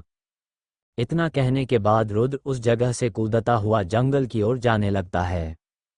जब कोई मार्शल आर्टिस्ट तीसरे सितारे के चौथे स्तर को पार कर लेता है, वह अपनी एनर्जी का इस्तेमाल करते हुए आसमान में उड़ाना शुरू कर देता है, पर इसमें उस मार्शल आर्टिस्ट की एनर्जी बहुत ज़्यादा खर्च होती है, जिस वजह से वह ज़्यादा देर तक आसमान में नहीं उड़ पाता है। पर जैसे जैसे उस मार्शल आर्टिस्ट की ताकत बढ़ती है, उसकी एनर्जी ना मात्र खर्च होने लगती है, और फिर एक ऐसा वक्त आता है जब वह कई दिन तक लगातार आसमान में उड़ सकता है। इधर विवेक भागता हुआ जंगल के बहुत ज्यादा अंदर आ गया था। उसने एक जगह पर रुकने के बाद रुद्र को कोसते हुए कहा, यह सब कुछ उस कमीने की वजह से हुआ है। मेरी योजना कामयाब होने ही वाली थी, तभी यह आकर टपक पड़ा। उस कमीने की वजह से मेरी पूरी 12 साल की मेहनत खराब हो गई। मैं वर्मा परिवार से पहले ही वह मार्शल आर्ट ले चुका होता, पर उस वक्त भी इसने अपनी टांग अड़ाकर वर्मा परिवार को बचा लिया, और आज फिर इसने मेरी पूरी योजना पर पानी फेर दिया। इस वक्त विवेक को रुद्र पर बहुत ज्यादा गुस्सा आ रहा था। अगर रुद्र उसके सामने होता, वह बिना कुछ सोचे समझे रुद्र को मार डालता। अभी विवेक रुद्र को ही कोस रहा था, तभी उसके सामने अवनी आ जाती है। अवनी गुप्ता परिवार से थी, जहां उसे बचपन से ही लुटेरों की हर तकनीक के बारे में सिखाया गया है। जंगल में उसके लिए किसी को ढूंढ पाना इतना ज्यादा मुश्किल नहीं था। अवनी ने काले रंग के टाइट कपड़े पहन रखे थे जिससे उसका पूरा शरीर ढका हुआ था। अवनी के लिए ऐसे कपड़े पहनने जरूरी थे। ऐसे कपड़ों में अवनी की स्पीड बहुत ज़्यादा बढ़ जाती है। उसे ऐसे कपड़े पहनकर किसी जगह पर छुपने में या फिर किसी के हमले से बचने में मदद मिलती है। अवनी दिखने में बहुत ज़्यादा सुंदर थी पर आज उसके चेहरे पर गुस्सा अलग ही देखा जा सकता था। अवनी ने विवेक पर चिल्लाते हुए कहा, आज मैं अपने पिता का नाम साफ करने के लिए आया है। तुम्हारी वजह से मेरे पिता की बहुत ज़्यादा बदनामी हुई है। सभी लोग उन्हें वर्मा परिवार का कातिल समझ रहे हैं पर असली कातिल तो तुम हो। तुमने सभी लुटेरों को अपनी तरफ करके वर्मा परिवार पर हमला किया। इसमें मेरे पिता की कोई गलती नहीं थी और आज मैं तुम्हें मारकर ये बात साबित कर दूंगी। अवनी को देखकर सबसे पहले विवेक इधर उधर देखने लगता है और जब उसे पूरा यकीन हो जाता है कि आसपास रूद नहीं है तो उसके चेहरे पर हल्की मुस्कुराहट आ जाती है। विवेक ने शांत पर तिरस्कार भरी आवाज में कहा, मेरी प्यारी अवनी, तुम यहाँ पर क्या करने के लिए आए हो? क्या तुम मुझे मारना चाहती हो? विवेक को इतने ज़्यादा प्यार के साथ बात करते हुए देखकर एक पल के लिए अवनी हैरान हो गई थी पर उसने अगले ही पल अपने आप को संभाल लिया था क्योंकि उसे पता था कि विवेक कितना ज़्यादा चालाक है। अवनी बोली, तुम गद्दार हो, तुमने अपने परिवार को धोखा दिया है। इससे पहले अवनी आगे कुछ बोल पाती तभी विवेक ने अवनी की बात को काटते हुए कहा, अवनी तुम कितनी भोली हो, मैं गद्दार कैसे हो सकता हूँ? मैं हमेशा से तुम्हारे परिवार का हिस्सा नहीं था बल्कि मैं डार्क फील्ड का स्टूडेंट था और तुम्हें पता है डार्क फील्ड मेहरा परिवार के अंदर आती है। मैं जासूस बनकर तुम्हारे परिवार में आया था, फिर मैं गद्दार कैसे हो सकता हूँ? इतना कहने के बाद विवेक ने अवनी को घूरते हुए आगे कहा, और तू मुझे नहीं मार सकती क्योंकि मैं तुझसे बहुत ज़्यादा ताकतवर हूँ। अवनी बोली, हाँ मैं जानती हूँ तुम मुझसे बहुत ज़्यादा ताकतवर हो, मुझे ये भी पता है मैं तुम्हें कभी नहीं मार पाऊंगी पर आज मैं तुम्हें इतना ज़्यादा घायल कर दूंगी तुम चलने लायक भी नहीं बचोगे। तुमने हमारे साथ बहुत गलत किया। मेरे पिता ने तुम्हारा बहुत अच्छे से ध्यान रखा और तुमने उनका एहसान इस तरह उतारा।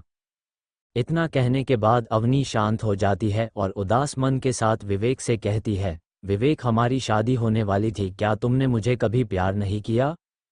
अवनी की बात सुनकर विवेक जोर जोर से हंसने लगता है। उसने अवनी को तिरस्कार भरी नज़रों से देखते हुए कहा, क्या कहा तूने? मैं तुझसे प्यार करूंगा? तू सिर्फ दिखाने में सुंदर है, तेरे अंदर और कोई खूबी नहीं है, तेरी औकात मेरे आगे कुछ भी नहीं। अगर मुझे किसी के साथ शादी करनी है मैं 7 राजसी परिवार में से किसी और लड़की के साथ शादी करूंगा पर तेरे साथ मैं कभी शादी नहीं करूंगा।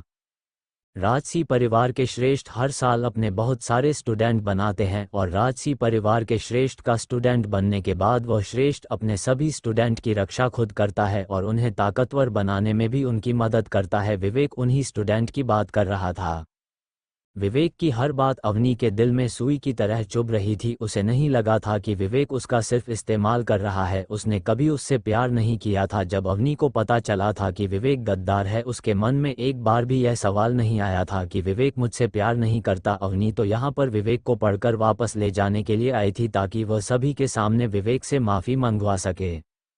अवनी की आंखें नम हो चुकी थी और वह अपने आंसू रोकने की कोशिश कर रही थी पर वह अपने आप को रोक नहीं पाई। इस वक्त अवनी को अपने आप पर बहुत ज़्यादा गुस्सा आ रहा था। उसने विवेक से प्यार क्यों किया पर अब वह कुछ नहीं कर सकती थी। अब आगे क्या होगा? विवेक से धोखा खाने के बाद अवनी क्या करेगी? विवेक अवनी से ज़्यादा ताकतवर है, क्या वह अवनी को अपने रास्ते से हटकर भाग जाएगा? जानने के लिए पढ़ते रहिए क्रूर मार्शल आर्टिस्ट। नेक्स्ट पार्ट देखने के लिए वीडियो में बने रहे।